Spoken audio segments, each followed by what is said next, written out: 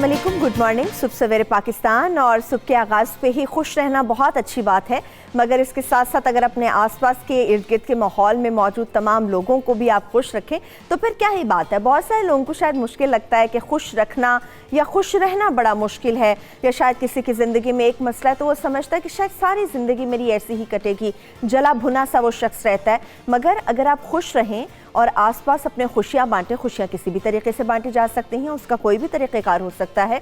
जैसे आप किसी की मदद कर दें, किसी की तरफ देखकर मुस्कुराना, प्यार से उसे देखना और शफ़क़त से किसी के सर पे हाथ फेरना, ये भी किसी दूसरे सामने वाले शख्स को खुशी अता करता है।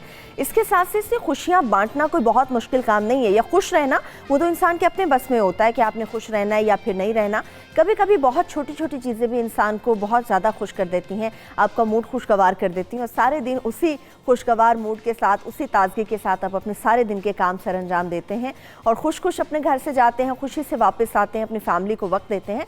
खुश रहना बहुत मुश्किल नहीं है, इसके लिए कोई बड़ी कीमत नहीं अदा करनी पड़ती। किसी तरफ आप देखकर मुस्कुरा दें तो ये भी खुश रखता है आपको, मगर जिसको देख के आप मुस्कुरा रहे हैं शायद वो शख्स भी सारा दिन खुशगवार मूड के अंदर रहता है। तो खुश रहें, खुशियाँ बांटें और अपनी खुशियों में कोशिश कीजिए कि उन तमाम लोगों को शरीक कर सकें जो कि इन खुशियों के साथ शामिल नहीं हैं आपके, या जिनके पास ये खुशियाँ मुयस्सर नहीं हैं।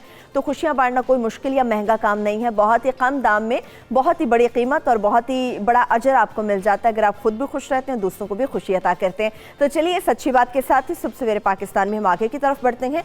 और जब खुशियाँ बांटने की बात आती है, किसी को सारा दिन किसी मूड के हवाले से अपडेट करने की बात आती है, तो उसमें मौसम का बड़ा अमल दखल होता है कि आपका मौसम कैसा रहेगा, आपका मूड कैसा रहेगा। बहुत ज़्यादा शदीद गर्मी हो तो बहुत सारे ऐसे लोग हैं जिन्हें काम के सिलसिले में बाहर घर से निकलना पड़ता है, या जिन्होंने अपना कोई प्लान किया हुआ होता है, जिन्होंने कोई आउटिंग या कोई पिकनिक वगैरह प्लान की हुई होती है, उनका मूड बड़ा ख़राब हो जाता है कि जी हमने प्लान किया था, पिछले हफ्ते तो मौसम ऐसा चल रहा था, अब मौसम की ये सूरत हाल है, मौसम किस तरह से अच्छा होगा।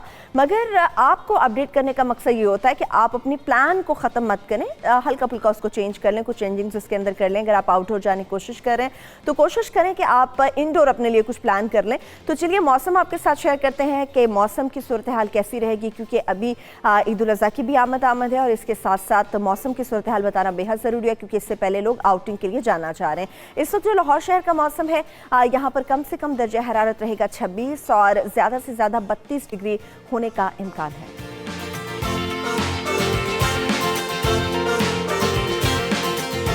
लाहौर शहर के अक्सर ऐसे इलाके थे जहां पर कल शाम भी तेज़ बारिश हुई है और इसके साथ साथ पूरे लाहौर का मौसम कदरे बेहतर था। कल घने बादल, काली घटाएं भी छाई हुई थी, मगर बहुत सारे ऐसे इलाके हैं जहां पर बारिश नहीं बरस सकी, लेकिन मौसम कदरे बेहतर रहा। तो लेट्स होप कि आइंदा आने वाले दिनों में भी मौसम अच्छा रहेगा। और आज के सारा दिन की सूरत हाल तो आपके सामने है, जिस तरह से डिग्रीज हमने आपके साथ शेयर किए। इस्लामाबाद को रुख कर लेते हैं। इस्लामाबाद की क्या सूरत हाल है? इस्लामाबाद में इस वक्त कम से कम दर्जा हरारत रहेगा 24 और ज़्यादा से ज़्यादा 27 डिग्री होने का इम्कान है।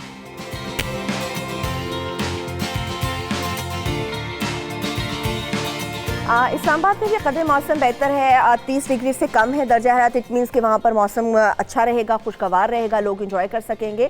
और इसके साथ साथ बहुत सारे लोग हैं जिनको आज छुट्टी भी हो गई होगी, या जिन्होंने खुद से अपनी मर्ज़ी से छुट्टी कर ली होगी, चले संडे है, फिर आगे छुट्टियाँ आती चली जाएंगी, हफ्ते भर की तकरीबन छुट्टियाँ उन्हें मिल जाएंगी। इस्लामाबाद के बाद रुख करते हैं फूलों के शहर का और जान लेते हैं कि वहाँ की क्या सूरत हाल है। पेशावर में इस वक्त जो दर्जा हरारत है कम से कम रहेगा 26 डिग्री और दर्जा हरारत मैक्सिमम 28 डिग्री होने का इम्कान है।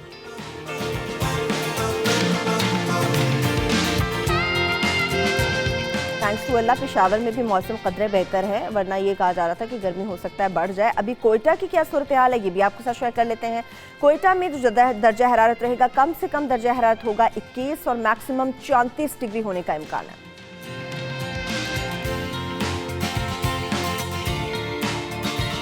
अच्छा, बड़ी हैरत की बात है कि कोयटा के अंदर दर्जा हरारत इतनी तेज़ी से आगे की तरफ हमें बढ़ता हुआ नज़र आ रहा है। पिछले 1 डेढ़ 2 महीनों से ऐसा था कि कोयटा वो शहर था जहां पर सबसे कम डिग्रीज आपको नज़र आ रहे थे कि जी मौसम की हिद्दत में, थोड़ी गर्मी की हिद्दत में कमी है।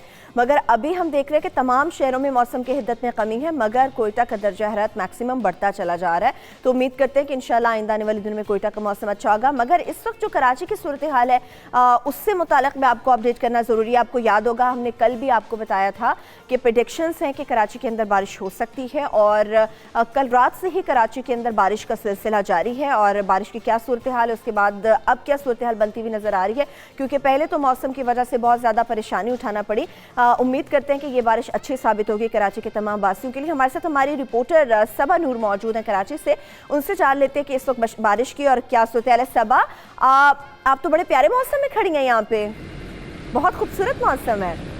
आज बिल्कुल कराची का मौसम वाकई में बहुत खूबसूरत है। काली घटाएं छाई हुई है, हवाएं भी जो है वो चल रही हैं, लेकिन हवा का दबाव ज़रा कम है, जिसके वजह से मौसम का हाल बताने वाले कहते हैं कि कराची में बारिशें जो है वो शदीद होंगी। और जो पिछला सिस्टम था, जो पिछला स्पेल हमने देखा था, उसमें कराची जलथल हो गया था, लेकिन अब जो है वो ये स्पेल जो है वो उससे भी ज़्यादा ताकतवर है। और यही वजह है कि कल रात से जो बारिश का सिलसिला शुरू हुआ है और कल दिन के औकात में भी हमने देखा था कि बादल जो है वो छा गए थे शहर कायद में। सारा दिन मौसम जो है वो खुशगवार रहा और आज से तो जो झड़ी लगी है वो अब तक जो है वो लगी हुई है और मौसम जो है वो निहायत खुशगवार है। मौसम का हाल बताने वाले कहते हैं कि इस सिस्टम के तहत कराची में जो है वो 100 मिलीमीटर तक बारिश जो है वो रिकॉर्ड की जा सकती है। आप बता रही हैं कि ये वाला जो स्पेल इस दफा दाखिल हुआ है कराची शहर के अंदर, वो पिछले वाले स्पेल से ज्यादा ताकतवर भी है। पिछले वाले स्पेल में तो बहुत ज्यादा बारिश हुई थी, अभी क्या कहा जा रहा है कि बारिश कब शुरू हुई है, ये भी हमारे साथ शेयर करें और कब तक जारी रहेगी ये भी हमें बताएं आप। आज बिल्कुल कराची में बारिश का सिलसिला तो कल रात से हल्की बारिश का सिलसिला जारी है। मुख्तलिफ इलाकों में बूंदाबांदी और कहीं हल्की बारिश हो रही थी, लेकिन तेज़ बारिश का सिलसिला जो अब से कुछ देर पहले शुरू हुआ है वो मुख्तलिफ इलाकों में, जिसमें लांडी, कोरंगी, मलीर, गुलशन हदीद, सादी टाउन, एयरपोर्ट और गुलिस्तान जौहर समेत कराची के बेशतर इलाके ऐसे हैं जहाँ पर इस वक्त जो है वो मौसलाधार बारिश का सिलसिला जारी है। मैं इस वक्त जहाँ मौजूद हूँ यहाँ भी आप देख सकते हैं कि बड़ा सुहाना खूबसूरत मौसम है। मौसम का हाल बताने वाले कहते हैं कि पिछली बारिशों में जो कराची की हालत हुई थी, जो पेशगी इंतजामात हैं वो ना किए जाने के सबब जो है वो काफ़ी नुकसानात हुए, शहरियों को बहुत ज़्यादा मुश्किलात का सामना करना पड़ा। इस बार भी जो है वो महकमा मौसमियात ने तमाम मुतालिका इदारों को अलर्ट जारी कर दिया था कई रोज़ पहले ही कि तमाम पेशगी इंतजामात जो है वो मुकम्मल कर लिए जाएँ ताकि शहरियों को जो है वो किसी भी तरह की दिक्कत से और परेशानी से जो है वो महफूज रखा जाए। मौसम का हाल बताने वाले कहते हैं कि कराची में बारिश का सिलसिला जो है वो 2 रोज़ तक जारी रहेगा। ईद की सुबह और दोपहर तक जो है वो हल्की बूंदाबांदी होती रहेगी। जी अच्छा सबा, लेकिन कितने दिन तक ये बारिश का स्पेल मौजूद रहेगा ये भी हमारे साथ शेयर कर लीजिए ताकि लोगों को पता हो, जो लोग शो हमारा देख रहे हैं या जिनको आगाही नहीं है कि कितने दिन बारिश हो जाती है। चलिए ठीक है सबा, आप अपना ख्याल रखें और मौसम को एंजॉय करें। हम तो स्टूडियो के अंदर मौजूद हैं, चले आपको देख के हम लोग एंजॉय कर लेते हैं। थैंक यू सो मच, हमारे साथ मौजूद थी और अल्लाह करे बहुत ही खैर की बारिश हो ये कराची के वासियों के लिए, वो अपने इस मौसम को एंजॉय कर सके जिस तरह से मुल्क के दीगर शहरों में मौजूद तमाम लोग इस मौसम को एंजॉय करते हैं। इंशाल्लाह उम्मीद करते हैं कि ये मौसम उनके लिए खैर का मौसम होगा। मगर अभी जो कराची के दर्जा हरारत की सूरत हाल है वो भी आपके साथ शेयर करना बहुत ज़रूरी है। कराची में इस वक्त कम से कम दर्जा हरारत रहेगा 27 डिग्री और मैक्सिमम 31 डिग्री होने का इम्कान है।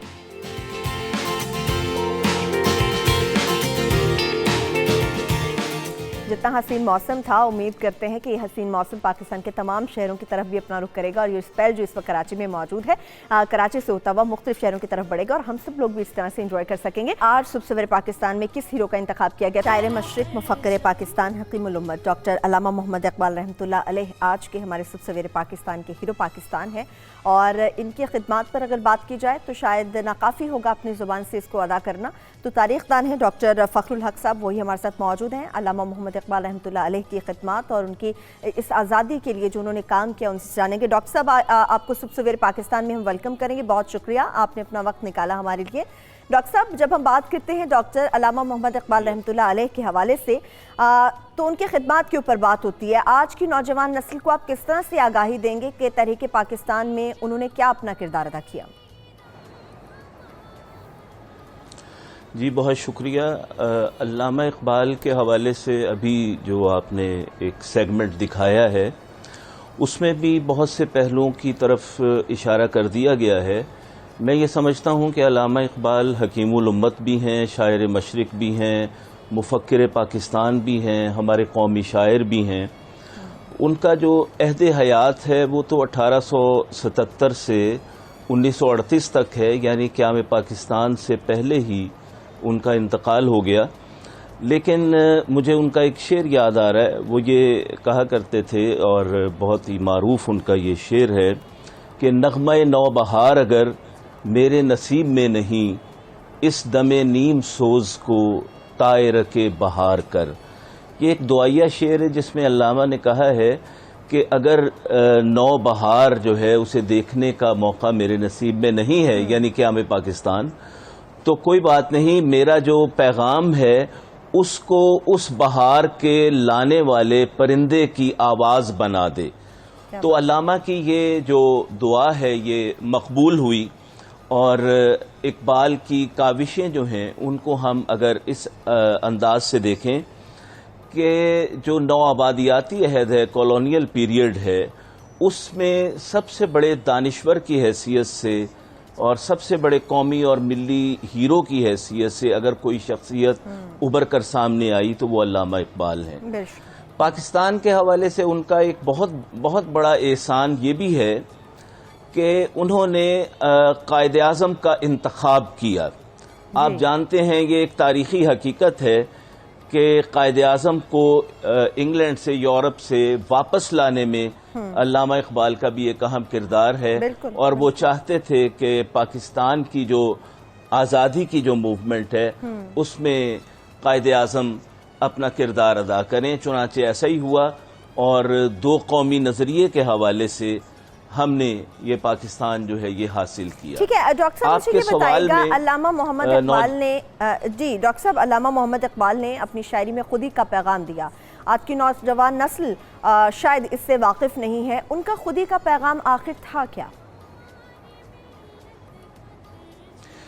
जी, मैं एक तो ये अर्ज़ करना चाहता हूँ कि अल्लामा ने ये कहा था कि जवानों को मेरी आहे सहर दे, फिर इन शाही बच्चों को बालो पर दे, खुदाया आरजू मेरी यही है, मेरा नूरे बसीरत आम कर दे।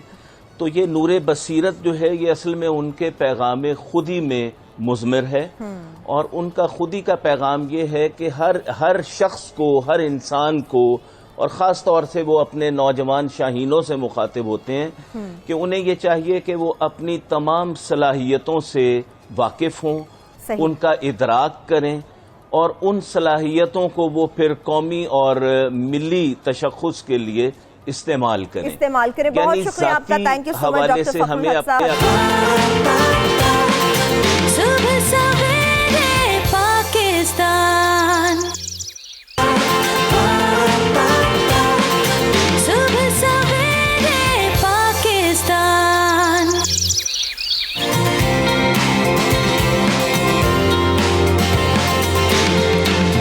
जिस तरह से आपने अभी रिपोर्ट में भी देखा, कुर्बानी के हवाले से हम बात करने जा रहे हैं। कुर्बानी का शौक़ हर शख्स को है, और जो साहिब इस्तिताअत है वो कुर्बानी करता भी है, मगर जब हम कुर्बान करते हैं जानवर को तो हमारी नीयत क्या होनी चाहिए और कुर्बानी का असल मकसद क्या होता है। सुन्नत इब्राहीमी की बात करें तो हकीकतन सुन्नत इब्राहीमी है क्या, मगर इसके साथ साथ कुर्बानी कर देना, जिस तरह से कहा जाता है कि अल्लाह के पास ना तो आपके कुर्बान किए गए जानवर का गोश्त पहुंचता है, ना खून पहुंचता है, आपके दिल का तकवा पहुंचता है कि आपने किस नीयत के साथ इस जानवर को कुर्बान किया। इस कुर्बानी का असल मकसद क्या है, इसकी रूह क्या है, इन तमाम पहलुओं पर तफसील से बात करेंगे, ताकि जहाँ जहाँ पर भी जिस घर में भी जानवर को कुर्बान किया जाना है उनको अंदाज़ा हो सके कि कहाँ पर कमी है उनके अंदर, या कहाँ पर वो समझते हैं कि ये चीज़ दुरुस्त होना बेहद ज़रूरी है।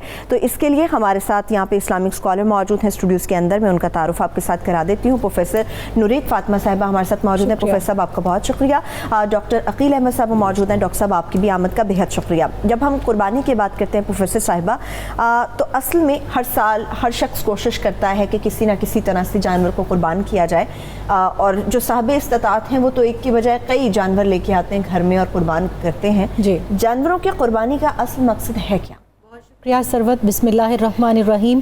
अल्लाहुम्मा सल्ली अला सय्यदिना व मौलाना मुहम्मद व अला आलिहि व सहबिहि व बारिक वसल्लम। अभी आपकी इस गुफ्तगू से पहले मैं सुन रही थी सेगमेंट अल्लामा इकबाल रहमतुल्लाह अलैह के हवाले से। उस्ताद मोहतरम किबला फ़खरुल हक नूरी साहब अल्लामा की फ़िक्र को वाज़े कर रहे थे। उसी तसलसल को आगे लेकर चलते हुए मैं कुर्बानी से उसको रिलेट करूँगी। उन्होंने बड़ी खूबसूरत बात की थी कि गरीब व सादा और रंगी है दास्तान हरम, निहायत इसकी हुसैन इब्तदा इब्तदा है इस्माइल कि इस्लाम को अगर हम देखें तो मुहर्रमुल हराम से जो महीना शुरू होता है और जो ज़िलहज पे ख़त्म होता है, इसका इख्तिताम भी कुर्बानी पर है और इसका आगाज़ भी कुर्बानी पर है। जिस कुर्बानी का आगाज़ और जिसकी इब्तदा इस्माइल अलैहिस्सलाम से हुई थी, उसकी इंतहा इमाम हुसैन अलैहिस्सलाम पर हुई। तो कुर्बानी का मकसद कुरान करीम की मुख्तलिफ 3 से 4 सूरतों के अंदर जो है वो इसके अहकामात और इसके मकासद वाज़े किए गए हैं। ख़ास तौर पर जो आपने अपने इंट्रो में भी बात की, लिल्लाहियत इसका असल मकसद है कि अल्लाह ताला के यहाँ कोई गोश्त या खून नहीं पहुँचता, लेकिन जो दिल का तकवा है, जो नीयत है, जो हुस्ने कह लें कि इखलास है, वो अल्लाह ताला के यहाँ पहुँचता है। अब इसके अंदर देखा गया है कि हमारे मुल्क के अंदर और पूरी दुनिया के अंदर सुन्नत इब्राहीमी को जो है वो ज़िंदा रखा गया है। इस उम्मत मुस्लिमा के लिए उसको हुक्म का दर्जा देकर वाजिब करार दिया गया है कि हर मुसलमान के जो आज़ाद है, जो मुकीम है, जो बालिग है, जो इस्तिताअत रखता है और कुर्बानी के अय्याम उसके ऊपर आते हैं, उनमें वो साहिब निसाब है, तो वो अपनी तरफ से एक जानवर का जो है वो हदिया कुर्बानी के तौर पर अल्लाह की बारगाह में पेश करेगा। मकसद क्या है? तकवा का हुसूल, इताअत इलाही, अल्लाह ताला की बंदगी और कुर्बे खुदावंदी का हुसूल। अब जब हम कुर्बे खुदावंदी के हुसूल की सरवत बात करते हैं तो यहाँ पर बहुत सी चीज़ें हम मिस कर जाते हैं जिनकी वजह से कुर्बानी की रूह जो है वो फौत हो जाती है।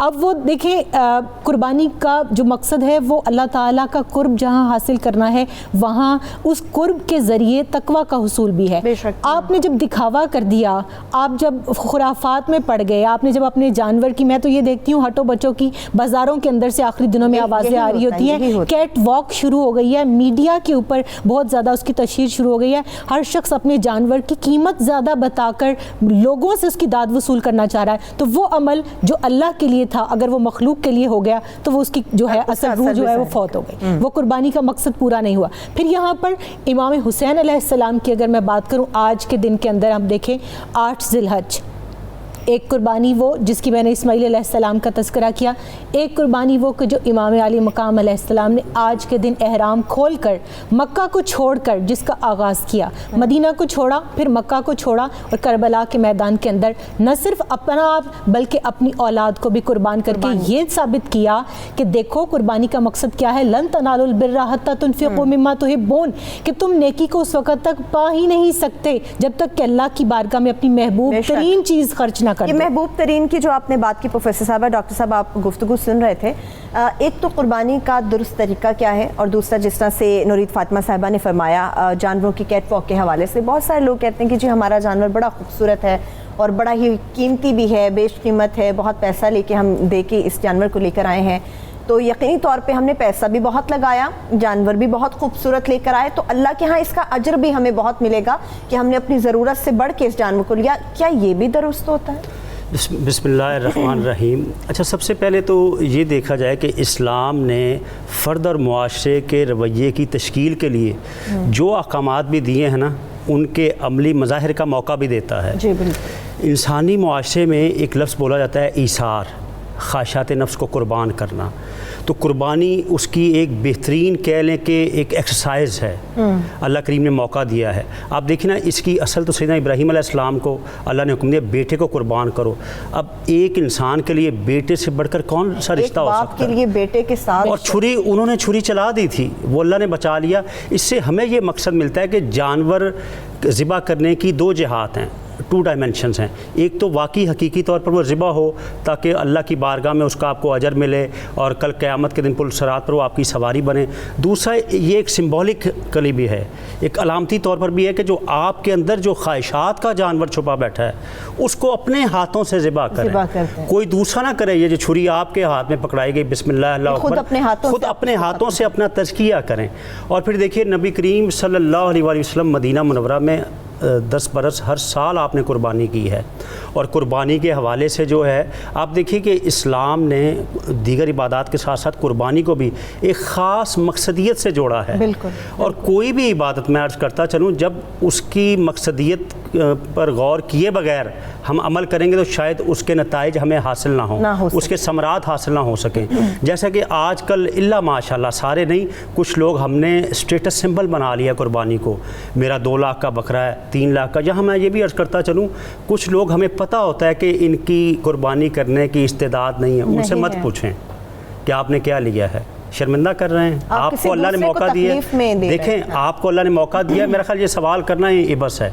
आप क्या कर रहे आपने हैं? लिया है तो ठीक है, किसी दूसरे से सवाल मत और करो। दूसरी बात ये कि आपने अब ये भी देख लें कि लोगों को दिखाने के लिए लिया है। हाजी साहब का 2 लाख का बकरा पड़ोसी भूखा बैठा हुआ है, 3 लाख की गायें ली, बड़ा जनाब टार्जन बकरा ले लिया, गाय ले ली। सवाल ये कि कुरान करीम ने वाज़े पहले ही कर दिया है, अल्लाह को तुम्हारे इन फरबा जानवरों की, तुम्हारे इस पैसे की कोई ज़रूरत नहीं, तुम्हारा तकवा, तुम्हारा इखलास क्या है तुम। अच्छा, दूसरी बात ये फिर जहन में रहे कि कुर्बानी खालिस अल्लाह के लिए, हलाल जानवर तो हम कर रहे हैं, हलाल जानवर की कुर्बानी होती, जिसमें कोई ऐब होगा उसकी कुर्बानी नहीं होगी। तो ज़रा अपनी कमाई पर भी गौर कर लीजिए, कहीं जो वो ज़राए जिनमें ऐब हो, हराम ज़राए से पैसा इकट्ठा करके उसकी कुर्बानी कर रहे हैं, वो अल्लाह को कबूल तो नहीं होगी।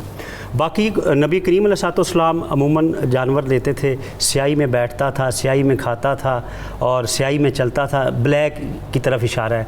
फिर एक जानवर ज़िबा करते तो उसके सामने दूसरा ना ज़िबा करते, छुरी पहले तेज़ कर लिया करते थे, किबला रू उसका मुँह करते थे, तकबीर पढ़ते थे, बिस्मिल्लाह अल्लाहु अकबर। और नबी करीम अलैहिस्सलाम की कितनी शफ़क़त है हम पर, देखें आपने कितना ख्याल रखा। आप जब कुर्बानी करते थे दुआ करते थे, अल्लाहुम्मा तक़ब्बल मिन्नी व तक़ब्बल आले मोहम्मद व मिन उम्मत मोहम्मद, या अल्लाह इसको मेरी तरफ से कबूल कर, आले मोहम्मद की तरफ से कबूल कर, और वो लोग मेरी उम्मत में जो गरीब कुर्बानी नहीं कर सकते उनकी तरफ से भी। डॉक्टर साहब, अभी आपने अपनी गुफ्तगू में जिस तरह से बकरे की तरफ और नबी पाक सल्लल्लाहु अलैहि वसल्लम की बात कर रहे थे कि किस तरह से बकरे का, अक्सर लोगों का ये कॉन्सेप्ट है कि जी कुर्बानी के लिए स्याह रंग का बकरा नहीं लेना चाहिए, ये सदक़े के ज़ुमरे में आ जाता है, ये हमारी बनाई हुई बातें हैं या हकीकत में? नहीं, हकीकत इसमें कोई नहीं, जबकि मैंने हदीस का आपको रेफरेंस दिया है। स्याही में बैठता था, उसके बाल स्याह होते थे, तो वो तो नेचुरली एक चीज़ है, कोई ऐब ऐसा ना हो खल्की तौर पर जिसकी वजह से वो कुर्बानी नहीं हो सकेगी। बाकी जो कोई भी जानवर हो जाए, जो उसकी उम्र है, बकरा साल का हो, जो ऊँट 5 साल का हो वगैरह, जो भी उसकी। अच्छा प्रोफेसर साहब, बहुत सारे ऐसे कसाई हैं जिनके हाथ में हम अब कुर्बानी का जानवर दे देते हैं कि जी इसको आप ज़िबा कर दें। बहुत सारे कसाई हैं जो कि तकबीर नहीं पढ़ते, जिसका आपको इल्म नहीं होता कि शायद इस कसाई ने तकबीर पढ़ी है या नहीं पढ़ी, तो उसका क्या तरीक़ेकार होता है? क्या वो कुर्बानी काबिल कबूल हो जाती है? आपने तो नीयत से दे दिया जी, कसाई उसकी तकबीर ना नहीं। इसमें सरवत बहुत अहम आपने क्वेश्चन किया, क्योंकि हम आजकल जो है वो ये इस मसले से दो चार हैं पिछले कई सालों से, क्योंकि नॉन मुस्लिम्स भी जो है वो कमाई के ज़रिए को जो है वो बना के और ईद के दिनों में हाथ में छुरियाँ टोके पकड़ के निकल आते हैं। पहली बात तो ये है कि आप खुद करें, और ख़ुद करना क्या है, अपनी ख्वाहिशात नफ्स को। मैं चंद दिनों के लिए उस जानवर को जब हम घर लाते हैं तो मुझे याद है कि कई बकरे ऐसे हैं कि जिनका आज भी दिल के अंदर उनकी मोहब्बत जागती है। मुझे याद आता है कि वो फलां साल जो हमने बकरा लिया था, और अल्लाह के लिए खुशनुदी से, खुशदिली से कुर्बानी करने का हुक्म है, लेकिन कुर्बान जिस वक्त करते हैं छुरी दिल पर भी चलती है कि ये इतना प्यारा जानवर था। लेकिन अब आप ये देखिए कि अपने हाथ से मर्द जो है उसको खुद कुर्बान करने का हुक्म दिया, ताकि उसको पूरा साल, जैसे डॉक्टर साहब बात कर रहे थे ट्रेनिंग, तो ये ट्रेनिंग सेशन है कि आपने अभी तो जानवर कुर्बान करना है, लेकिन अगर दीन इस्लाम पर वक्त आए, जिस तरह के आजकल हम देख रहे हैं कश्मीर के अंदर, पूरी दुनिया में मुसलमानों के अंदर जो है वो इस वक्त क्या एक इस्तिराब की कैफियत है और क्या एक दज्जाली फितना उनके ऊपर जंग मुसल्लत कर दी गई है, तो उस वक्त में लोग अपनी जानें क्यों कुर्बान कर रहे हैं? इमाम हुसैन अलैहिस्सलाम ने, सैयदना इब्राहीम अलैहिस्सलाम ने अगर कुर्बानियाँ ना दी होती तो वो आज अपनी जानें कुर्बान ना कर रहे होते। तो ये एक ट्रेनिंग सेशन होता है। तो सबसे पहले तो मर्द को खुद करनी चाहिए, और अगर औरत है तो वो उसको इजाज़त दे और वो पास खड़ी हो, ताकि वो देखे कि अल्लाह की राह में जो चीज़ कुर्बान की जाती है उस वक्त इंसान के जज्बात की क्या कैफियत होती है। लेकिन उसमें मुसलमान होना शर्त है, तकबीर पढ़ना शर्त है, फिर जैसे डॉक्टर साहब बता रहे थे कि उसको किबला रुख किया जाए, बाईं करवट पर लेटाया जाए, और फिर उसको पहले पानी पिलाया जाए, चारा खिलाया जाए, छुरी को तेज़ किया जाए, एक जानवर के सामने दूसरे जानवर को कतन ज़िबा ना किया जाए, फिर उसके बाद उसकी खाल जब तक वो ठंडा ना हो जाए उसकी खाल ना उतारी जाए। मैंने सरवत ये भी देखा कि एक वक्त में बैल ज़िबा किया गया, उसके टुकड़े कर दिए गए, लेकिन उसका गोश्त अभी फड़क रहा था। तो ये इतनी जल्दी मचाना, ये जल्दी जल्दी में कर रहे होते हैं, गोश्त के अक्सर पीसेस आपको नजर आता है कि वो हरकत में होते हैं, तो वो जो है ना वाइब्रेशन, वो उसकी जान की जो है वो इंडिकेशन है। तो आप जब तक वो मुकम्मल तौर पर ठंडा ना हो जाए उसकी खाल नहीं उतारनी चाहिए। प्रोफेसर, जो आप डॉक्टर साहब ये गुफ्तगू कर रही थी नौरीद फातिमा साहिबा एक तो कहा जाता है जानवर को बाईं करवट पे लिटाया जाए, मैंने अक्सर बेशतर ऐसे कसाईयों को देखा है जो जानवर को दाईं करवट पर लिटा के उस पर तकबीर पढ़ देते हैं। एक तो ये मसला, दूसरा ये कि इतना तेज़ी में जल्दी में 2-2 3-3 कसाई होते हैं, 5-6 कसाई होते हैं, उठाते हैं जानवर को और पटक देते हैं ज़मीन के ऊपर। आपका जानवर बेऐब होता है, अगर गिराते हुए उसमें कोई ऐब हो जाए, कोई तकलीफ़ में आ जाए, कोई अंदरूनी चोट लग जाए, क्या वो कुर्बानी भी काबिल कबूल होती है? नहीं, उसमें देखिए कि पहली बात तो ये कि कुछ कसाई वो अनाड़ी होते हैं, हमारे जानवर तजर्बा करने के लिए पहले दिन आ जाते हैं और बकरे की खाल के साथ साथ बंदे की भी खाल उतारने की कोशिश करते हैं। तो ऐसे अनाड़ियों से बचा जाए। और प्रोफेसर साहब ने जो बात की कि सवाब ये कि ख़ुद ज़िबा किया जाए, बकरा ज़िबा करना कोई ऐसी इशू नहीं है। और जब उसको गिराया कोई अगर ऐब ऐसा हो गया तो फिर देखना पड़ेगा कि ऐब कौन सा, अंदरूनी तौर पर तो नहीं हम देख सकते। बाकी अगर उसका मुंह किबले रू या दूसरी इधर उधर हुआ, कुर्बानी हो जाएगी। एक और ख़ास पहलू, नमाज ईद के बाद कुर्बानी होगी। अच्छा, जो नमाज ईद से पहले कर लेंगे उनकी कुर्बानी नहीं होगी, गोश्त वो भले खा लें। कुर्बानी फसल ले रब्बे का वनहर, पहले नमाज उसके बाद कुर्बानी है, ठीक है। और बेहतर यही, और फिर ख़ुद करें। देखें, ये आपके जज्बा है, इमोशंस हैं। अल्लाह की बारगाह में जो कुर्बान होने जा रहा है उसकी खिदमत में अजर है। उसकी खिदमत करें, खिलाएं पिलाएं, उसको सैर कराएं और उसके कह लें कि एक आसान तरीके से, हदीस में आता है कि अल्लाह ताला ने हर चीज़ पर एहसान लिख दिया है, तो जब तुम ज़बह करने लगो तो उसके साथ भी एहसान का सलूक करो। लेकिन डॉक्टर साहब, जिस तरह साहब कह रहे हैं कि नमाज अदा करें उसके बाद कुर्बानी है, मगर बहुत सारे लोग हैं नमाज फ़जर के बाद कसाई पहुंच जाते हैं उनके घर, तो वो नमाज फ़जर की अदायगी के बाद अगर कुर्बानी कर दें, नहीं, वो कुर्बानी नहीं होगी, नमाज पहले, नमाज ईद पहले। एक चीज़ मैं ऐड करूंगी, कॉलर मौजूद है, मैं कह रही हूँ उनसे भी बात कर लें, फिर उनके सवाल होंगे, उनका जवाब आपसे ले लूँगी। हमारे साथ इस वक्त मेरी एक बहन है नौरीन, टेलीफोन लाइन पर, उनसे बात करते हैं। नौरीन, कुर्बानी के हवाले से क्या जानना चाहेंगी? जी वालेकुम अस्सलाम। मेरा ये सवाल है कि शुरू से ये होता है कि जब कुर्बानी की जाती है बकरे की तो उसके 3 हिस्से किए जाते हैं जी, लेकिन बाद उलमा कहते हैं कि चाहे आप पूरा अपने पास रख लें या पूरा जो है किसी को दे दें, लेकिन 3 हिस्से जो है वो किए जाते हैं। मुझे कुरान और हदीस की रोशनी में ये बताएं कि 3 हिस्से लाजमी है या क्या तरीका है? बाद उलमा कुछ और भी कहते हैं। ठीक है नौरीन, शुक्रिया, आपके सवाल का जवाब हम ही ले लेते हैं। अभी मेरे एक और भाई मंजूर मेरे साथ फ़ोन पर होंगे, उनसे बात करते हैं। मंजूर, कुर्बानी के हवाले से आपका क्या सवाल है? जी, मैं पूछना चाहता हूँ कि कुछ लोगों का ख्याल है कि ओजड़ी जो है ये क्या खानी चाहिए, कुछ कहते हैं कि ओजड़ी नहीं खानी चाहिए। इसके बारे में अल्लामा साहब ने क्या मालूमाई करेंगे? मंजूर खाने वाले से बोलें। ठीक है मेरे भाई, अभी पूछ लेते हैं। अच्छा, नौरीन का सवाल ही मैं आपसे कर लेती हूँ प्रोफेसर साहबा। नौरीन ये जानना चाह रही थी कि जैसे जानवर हम कुर्बान करते, ख़ासतौर पर उन्होंने बकरे का लफ्ज़ इस्तेमाल किया कि 3 हिस्से हैं। बहुत सारे वो कहती है, उलमा का ये कहना है कि आप पूरा जानवर भी अपने घर रख सकते हैं, मगर क्या 3 हिस्से लाजमी हैं?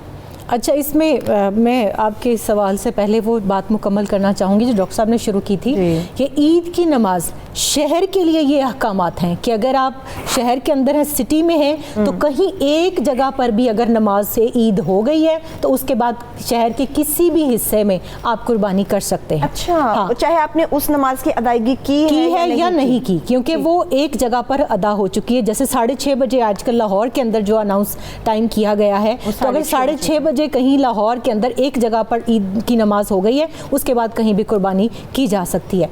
आपने अभी नौरीन के जो है वो सवाल से जो है वो पूछा, तो उसमें फुकाहाए कराम की ये राय है कि देखें, इस्लाम आसानियों का दीन है। इस्लाम बहुत एक्सट्रीमिज़म की तरफ जाने का जो है वो कभी भी मशवरा नहीं देता। अगर आप साहिब इस्तात हैं और पूरा साल आप गोश्त खाते रहते हैं, तो फिर आप अपने उस पूरे जानवर को अल्लाह की राह में बांटें, कुर्बान करें, यही तो कुर्बान करना है।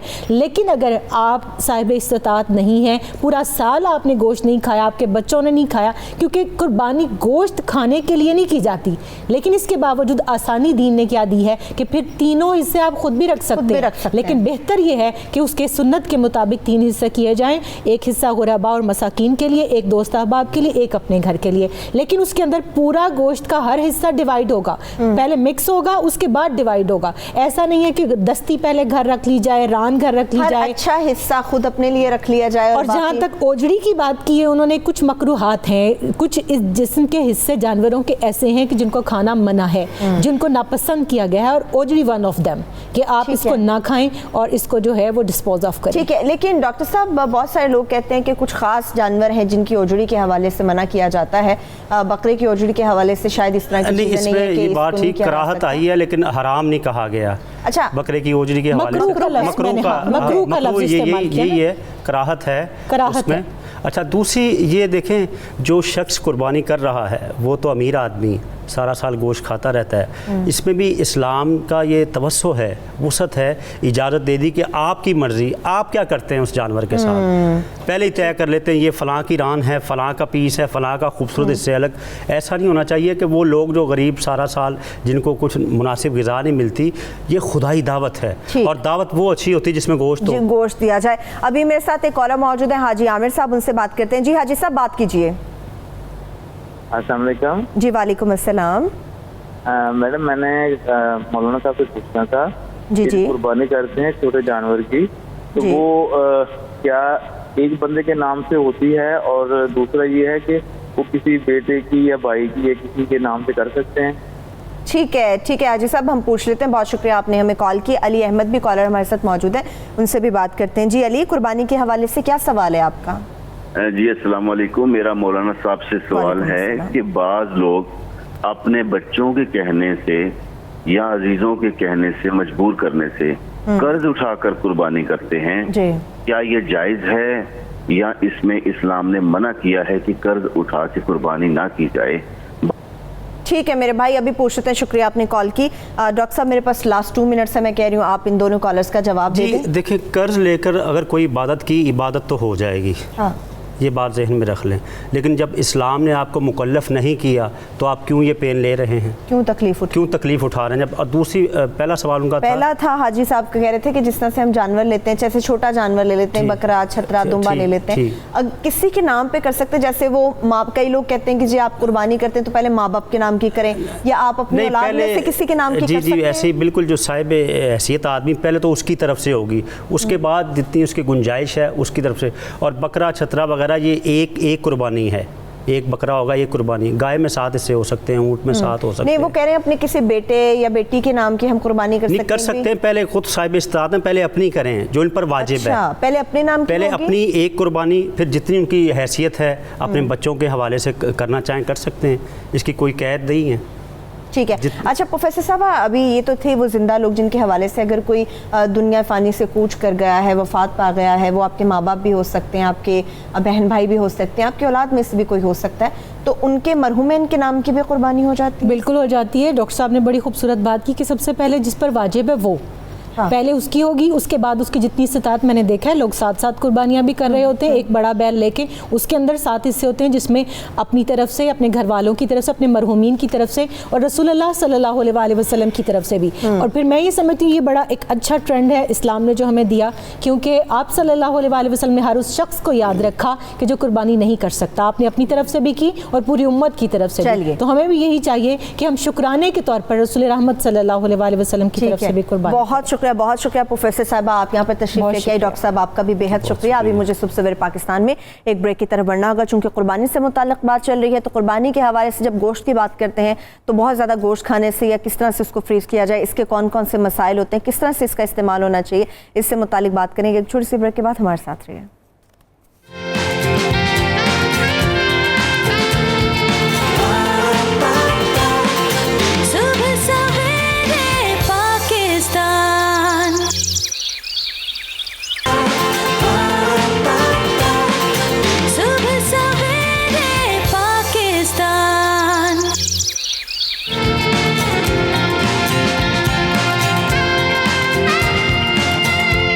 अभी जिस तरह से कुर्बानी के हवाले से आज अपने शो में हमने कोशिश की है कि वो तमाम चीज़ें आपके साथ शेयर कर सके जो आपके लिए बहुत ज़्यादा ज़रूरी हैं, तो हम कुर्बानी के हवाले से चूँकि बात चल रही है तो कुर्बानी के हवाले से ये जानना बड़ा ज़रूरी है कि कुर्बानी का मकसद क्या है, इसकी असल रूह क्या है। ये तो हमने आपके साथ शेयर किया, मगर जब आप अपना जानवर कुर्बान कर देते हैं और उसका बहुत सारा गोश्त बन जाता है तो उसके बाद हम उस गोश्त को बहुत ज़्यादा खा लेते हैं तो उससे भी कई मसाइल हैं जो जन्म लेना शुरू कर देते हैं, बहुत ज़्यादा प्रॉब्लम्स आपके अंदर क्रिएट हो जाते हैं। आपको कितनी मिकदार में गोश्त खाना चाहिए और गोश्त को साफ़ करने का असल तरीका क्या होता है, गोश्त को महफूज करने का असल तरीका क्या होता है, बहुत सारी बीमारियां या बहुत सारे मसाइल जो पैदा हो जाते हैं उनसे बचने का तरीका क्या होता है, और इसके साथ साथ आपकी डाइट में गोश्त के अलावा कौन सी चीज़ ऐड होनी चाहिए इन 3-4 दिनों के अंदर जब आप बहुत ज़्यादा मिकदार में गोश्त खा रहे हैं। इसके साथ साथ गोश्त बनाने वाला जब आपके घर पे आता है, कसाई आता है, तो गोश्त किस तरह से बनना चाहिए, कैसे पता चले ये गोश्त बिल्कुल इसने सही बनाया है, इसका तरीक़ेकार क्या होता है।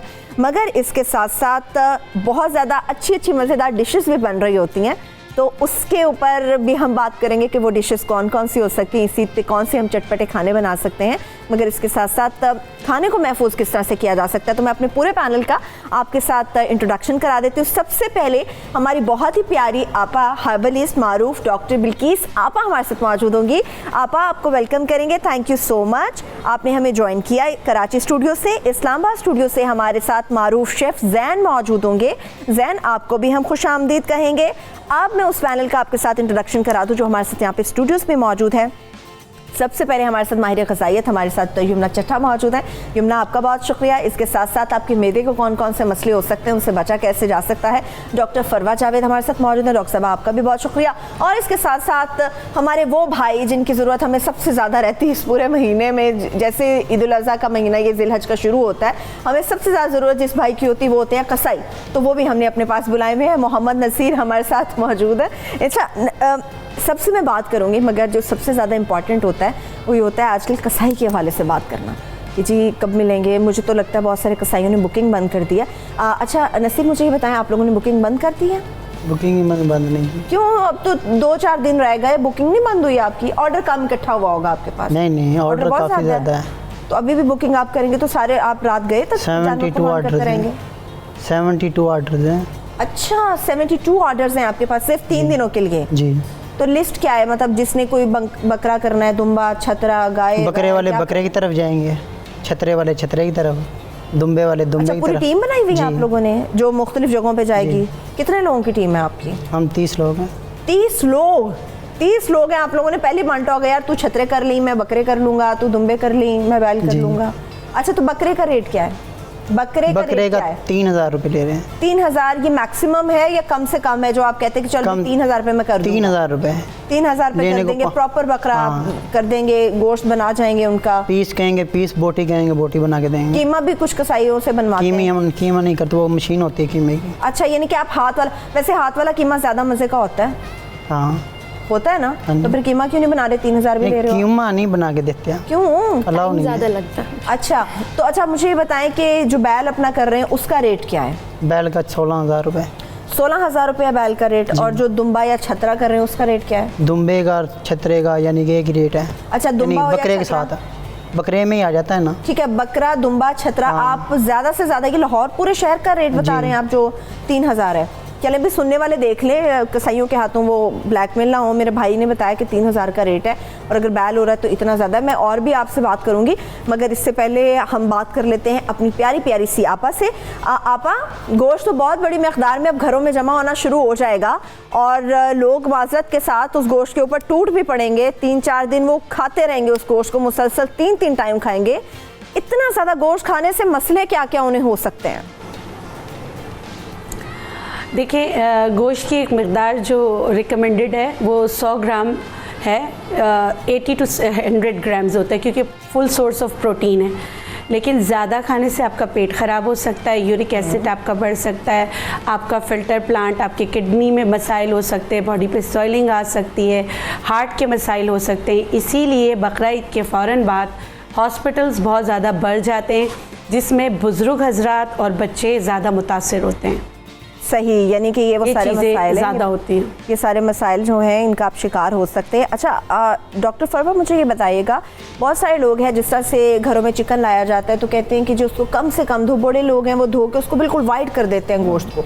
वो आप बकरे का ले आएँ आप कोई भी बड़े जानवर का ले आएँ या फिर आप चिकन घर के अंदर लाते हैं, अब जी बहुत ज़्यादा धो दें उसको, साफ़ सुथरा करके सफ़ेद रंग करके उसको पकाएं, जो रेड कलर का मीट होता है या जिसके अंदर गोश्त हल्का फुल्का रह जाता है, कहते हैं कि वो आपके लिए फ़ायदा मंद होता है, जिसके अंदर हल्का फुल्का आपके रेडिश रह जाता है। तो क्या ये फ़ायदेमंद होता है या नुकसानदेह? हाँ बिल्कुल ठीक बात की है कि थोड़ा सा तो जो उसका पोर्शन है, मतलब कि अगर आप सारा का सारा धो देंगे तो जो उसकी न्यूट्रिशन है जो उसकी स्किन के अंदर है वो तो उसके साथ ही ज़ाया हो जाएगी ना।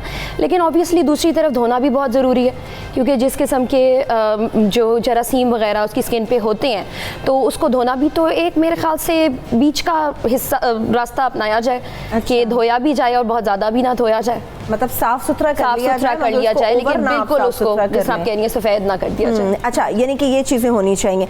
मुझे ये बताएं आप यमुना कि जिस तरह से कुर्बानी का गोश्त है उसको खाने के हवाले से बात होती है, मगर बहुत सारी बीमारियां भी उस जानवर के साथ आपके घर के अंदर आती हैं, उनसे किस तरह से महफूज रहा जा सकता है? देखिए, हमारा तो दीन भी है, मजहब भी कहता है कि सफाई निस्फ़ ईमान है, उस पर थोड़ा सा तवज्जो दी जाए।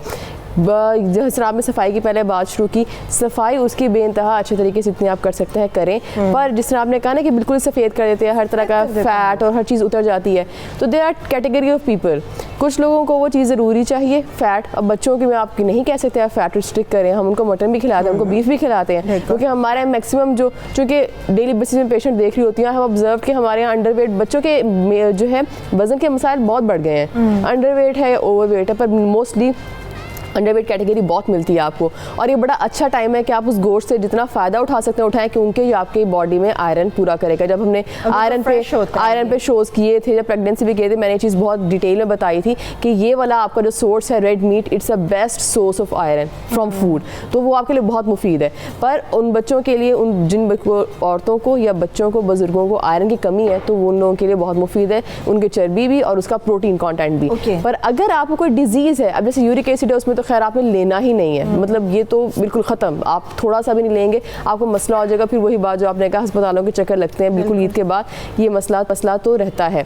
उसके अलावा थोड़ी अमाउंट में जो मतलब बचत हो जाती है वो उन पेशेंट्स की हो जाती है जिनको इतने मसाइल नहीं होते मैदे के, या इतने मसाइल नहीं होते वैसे कोई डिजीज़। आपका कोलेस्ट्रॉल हाई है तो आप ये देखें, अब आपको साफ़ मीट चाहिए, क्यों? आप चर्बी वगैरह निकाल देंगे, उसकी एक्स्ट्रा जितनी भी चीज़ें वो निकाल देंगे, तो आप जितना फ़ैट कॉन्टेंट है मैक्सिमम आप उसको सफाई में निकाल दें, क्योंकि अल्लाह ने उसके अंदर चर्बी पैदा की है। आप जितना मर्जी साफ करें, इट्स इन देयर। तो अगर आपको कोलेस्ट्रॉल के मसले हैं, आपको दिल का मसला है, तो आप इससे इज्तनाब करें, क्योंकि गोश्त एक दिन में ख़त्म होने वाली चीज़ नहीं होती। पहले आपका ख़त्म होगा, फिर कोई हमसाया दे जाएगा, फिर किसी हमसाया से कोई डिश बन के आ जाएगी, कीप ऑन ईटिंग पूरा मंथ। वो पूरा मंथ आपका चलता है, और कई लोगों का तो मंथ से ऊपर भी चला जाता है। मैंने कब सबसे कम बताया, ये 2-2, 4-4 महीने फ्रीज़र में होता है। बिल्कुल ऐसे ही है भाई। अब तो चूंकि खाने भी बनेंगे, मज़े मज़े के पकवान तैयार होंगे हर घर के अंदर, तो ज़ैन अच्छा गोश्त जब आपके पास फ्रेश मीट आ जाए तो आपकी कोशिश होती है मज़ेदार चटपटे किस्म के खाने, नमकीन गोश्त बनेगा, कढ़ाइयाँ बनेंगी, कोरमास बनेंगे, दावतें होंगी, बारबेक्यू होगा, न जाने क्या कुछ होगा उस गोश्त का जो कुर्बानी का अगर आपके घर में मौजूद है, बल्कि दाएँ बाएँ आस पड़ोस से भी आया हुआ होगा। तो जो अच्छा गोश्त है उसको आखिर बनाया कैसे जा सकता है, ये पहले आप हमारे साथ शेयर करें।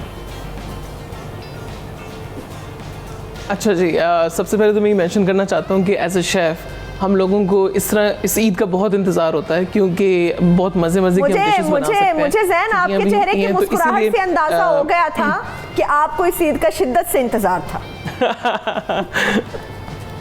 बहुत ज़्यादा, बिकॉज उसमें ये होता है कि बारबेक्यू, बेसिकली मेरा ताल्लुक जो है वो पेशावर से है। हाँ। छुट्टियों के लिए और ईद के लिए मैं पेशावर ही जाता हूँ, तो वहाँ पे कढ़ाइयाँ, पुलाव, दम का कीमा और बारबेक्यू, उसके ऊपर वो दुम्बे की चर्बी लगा के बड़े मज़े का उसका अरोमा आता है और बहुत मज़े का उसका फ्लेवर आता है। और इस ईद पे मेरा ख्याल में सबकी डाइटिंग्स जो हैं, सबके जो वर्कआउट्स हैं वो सारे साइड पर हो जाते हैं, और सब लोग बड़े मज़े से ईद के गोश्त की जो मज़े की डिशेज़ होती हैं, मैं तो और भी इन्वेंशंस करता रहता हूँ। जैसे कुर्बानी की गोश्त का आप कीमा बना के लाजानिया बना लें, ठीक है, इस तरह के चिकन पॉट पाइज बनाते हैं, जैसे उस तरह का आप लिवर पॉट पाइज बना सकते हैं, तो इनोवेशंस भी कर सकते हैं।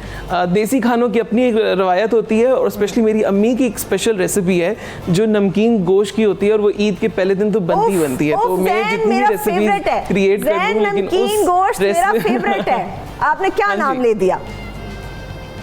बिल्कुल, तो हाँ तो उस रेसिपी का तो कोई मुकाबला ही नहीं है, और वो तो आपके ईद वाले पहले दिन आपके साथ ना आपकी लंच पे टेबल पे होना ज़रूरी है। तो यही ईद का इंतज़ार होता है। और बिल्कुल आपकी बात सही है, जितनी भी हम बातें कर रहे हैं regarding our nutrition and diet, तो जैसे भी बताया उन्होंने कि यूरिक एसिड का जिनको इशू है तो वो अवॉइड करें।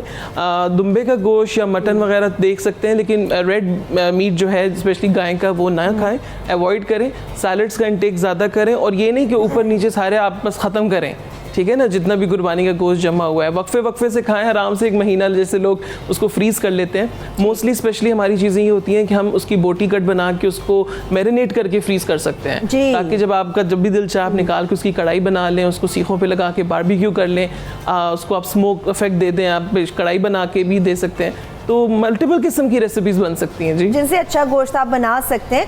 मतलब अभी सबकी डाइटिंग तो साइड पे हो जाएगी, मगर आपा कोशिश कर रही हैं कि इस ईद पे भी लोग ज़्यादा से ज़्यादा डाइटिंग करें। आपा ये जो आपने बात की है ना कि 80 to 100 ग्राम्स हैं, ये यूज़ करना चाहिए आपको गोश्त। आपा इसमें कितनी बोटियाँ आएंगी? 2, 3? अब जिसने 3 वक्त खाना खाना है और गोश्त से खाना खाना है, वो क्या करेगा बताएं मुझे। नहीं देखें, ये तो एक जो मेडिकल साइंस कह रही है आजकल वो मैं आपको बता रही हूँ, लेकिन हमारी आपा क्या कहती हैं वो भी हमें बताएं। हमारी आपा क्या कहती हैं वो भी बताएं। अब मैं ये कहती हूँ कि आपने इतना गोश्त खा लिया है तो पानी का इस्तेमाल ज़्यादा करें, सिरका और सौंठ जो है उसका इस्तेमाल करें, और कहवा बनाना बता दूँगी जिससे आपको नुकसान कम से कम होगा और गोश्त आपके बॉडी का हिस्सा बनने में आपकी मदद करेगा। बहुत आसान है। आपने सना के पत्ते लेने हैं, ख़ासकर वो जिनको यूरिक एसिड बढ़ जाता है या जिनका यूरिक एसिड बढ़ा हुआ है या बॉर्डर लाइन पर है। आपने सना के पत्ते और सौंठ और सौंफ यानी सूखी अदरक, सौंफ और सना के पत्ते, इनका कहवा बना के थोड़ा थोड़ा सा लेना है। कहवा बना के इसमें शहद डाल के पीजिए जब भी आप खाना खाएं, या तो इससे क्या होगा, इससे आपका मेटाबॉलिज्म बहुत फास्ट होगा और जो आपने गोश्त कंज्यूम किया है उसमें से जो न्यूट्रिशनल वैल्यूज़ है वो आपकी जिस्म का हिस्सा बनेंगे, और जो चीज़ें आपको नहीं चाहिए जैसे यूरिक एसिड का बढ़ना, गुर्दों पे बहुत ज़्यादा बोझ पड़ना, तो उससे और मैदे पे बहुत ज़्यादा बोझ पड़ना, इससे आपको निजात मिलेगी इंशाल्लाह ताला। बड़ी अच्छी चीज़ आपने बताई है आपा, जो बहुत ज़्यादा लोग हैं इस चीज़ का शिकार होते हैं उनके लिए बड़ा इजी हो जाएगा। अच्छा डॉक्टर फरवा, मुझे ये बताएं, लोग जिस तरह से हैं, हम गोश्त खाते हैं और ख़ास तौर पे वो लोग जिस तरह से अक्सर लोग शादी में वो टूटी पड़ते हैं और बहुत ज़्यादा खाना शुरू कर देते हैं और अपनी शायद ओवर स्पीड में खाते हैं। इसी तरह से कुर्बानी में भी हमें देखने में आता है, जब आपके अपने घर का जानवर होता है और बहुत ज़्यादा गोश्त घर में इकट्ठा होता है, तो हम ज़ोरों शोरों से तेज़ वो बोटियाँ भी खा रहे होते हैं, तेज़ बारबेक्यू भी कर रहे होते हैं, तो वो हमारे लिए कितना बेसिकली नुकसानदेह होता है। हम ढमाढम अपने मैदे के अंदर सब कुछ डाल रहे होते हैं। बिल्कुल वही बात जो पहले हो रही थी कि छोटा सा आपका मैदा है और इतना कुछ अगर 3 दिन में पूरा बकरा उस मैदे में डालेंगे तो वो तो कैसे होगा? तो इसका एक बहुत ही इजी तरीका है कि ईट एवरीथिंग इन मॉडरेशन, यानी कि गोश्त खाएं, थोड़ी अमाउंट में खाएं, वक्फे से खाएं। और उसका एक और तरीका होता है कि आप अपनी मील टाइमिंग्स फिक्स कर लें। जो तेज खाते हैं उनका क्या? तेज भी नहीं खाएं। तेज के तो और बड़े मसले हैं। अक्सर शायद कोई आएगा उठा के ले जाएगा या खत्म हो जाएगा, लोगों को पता नहीं अजीब सी कैफियत हो जाती है। अक्सर फिर हमारे पास मरीज आती हैं कि मैदे की नाली में उनकी बोटियां स्टक हो जाती और उनको निकालना बहुत मुश्किल होता है, और अगर वो उसके अंदर रहती हैं तो वो उसको मतलब कि एरोड यानी कि उसको डिस्ट्रॉय भी कर सकती हैं।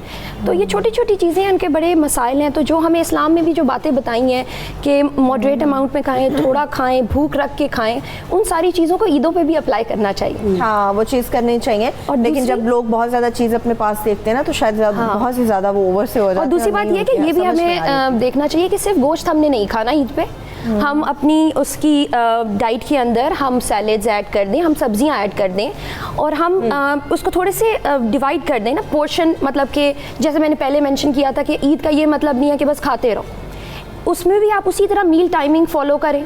आप एक ब्रेकफास्ट करें, आप एक लंच करें और एक डिनर करें। 3 दिन डॉक्टर फरवाज इसके घर पे मेहमानों का तांता बंधा रहना है। वो तो कहेगा यार शाम में ये चीज़ बना लो, दोपहर में ये चीज़ बना लो, अच्छा फलानी पुप्पी आ रही है, मॉर्निंग में आप लोग नाश्ते की बजाय ये चीज़ बना लें। नाश्ते में भी अगर हम गोश्त खाएंगे ना तो फिर तो मसले होंगे। भाई नाश्तों में भी गोश्त ही चलता है, मुझे तो इतना पता है। अभी हमारे साथ हमारे रेगुलर कॉलर है रिदा, वो भी मौजूद है, उनसे बात करते हैं। रिदा, क्या जानना चाहेंगी?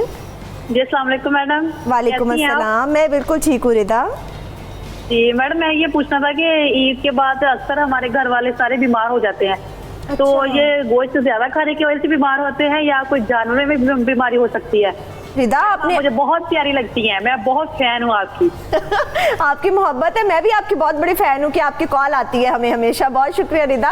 लेकिन आपने सुना नहीं होगा, शायद आपसे मिस हो गया। आपा ने बताया है कि बीमारी की वजह क्या बनती है। मैं फिर आपकी तसल्ली के लिए एक दफ़ा इस मामले पर बात कर लूँगी। थैंक यू, आपने हमें कॉल की।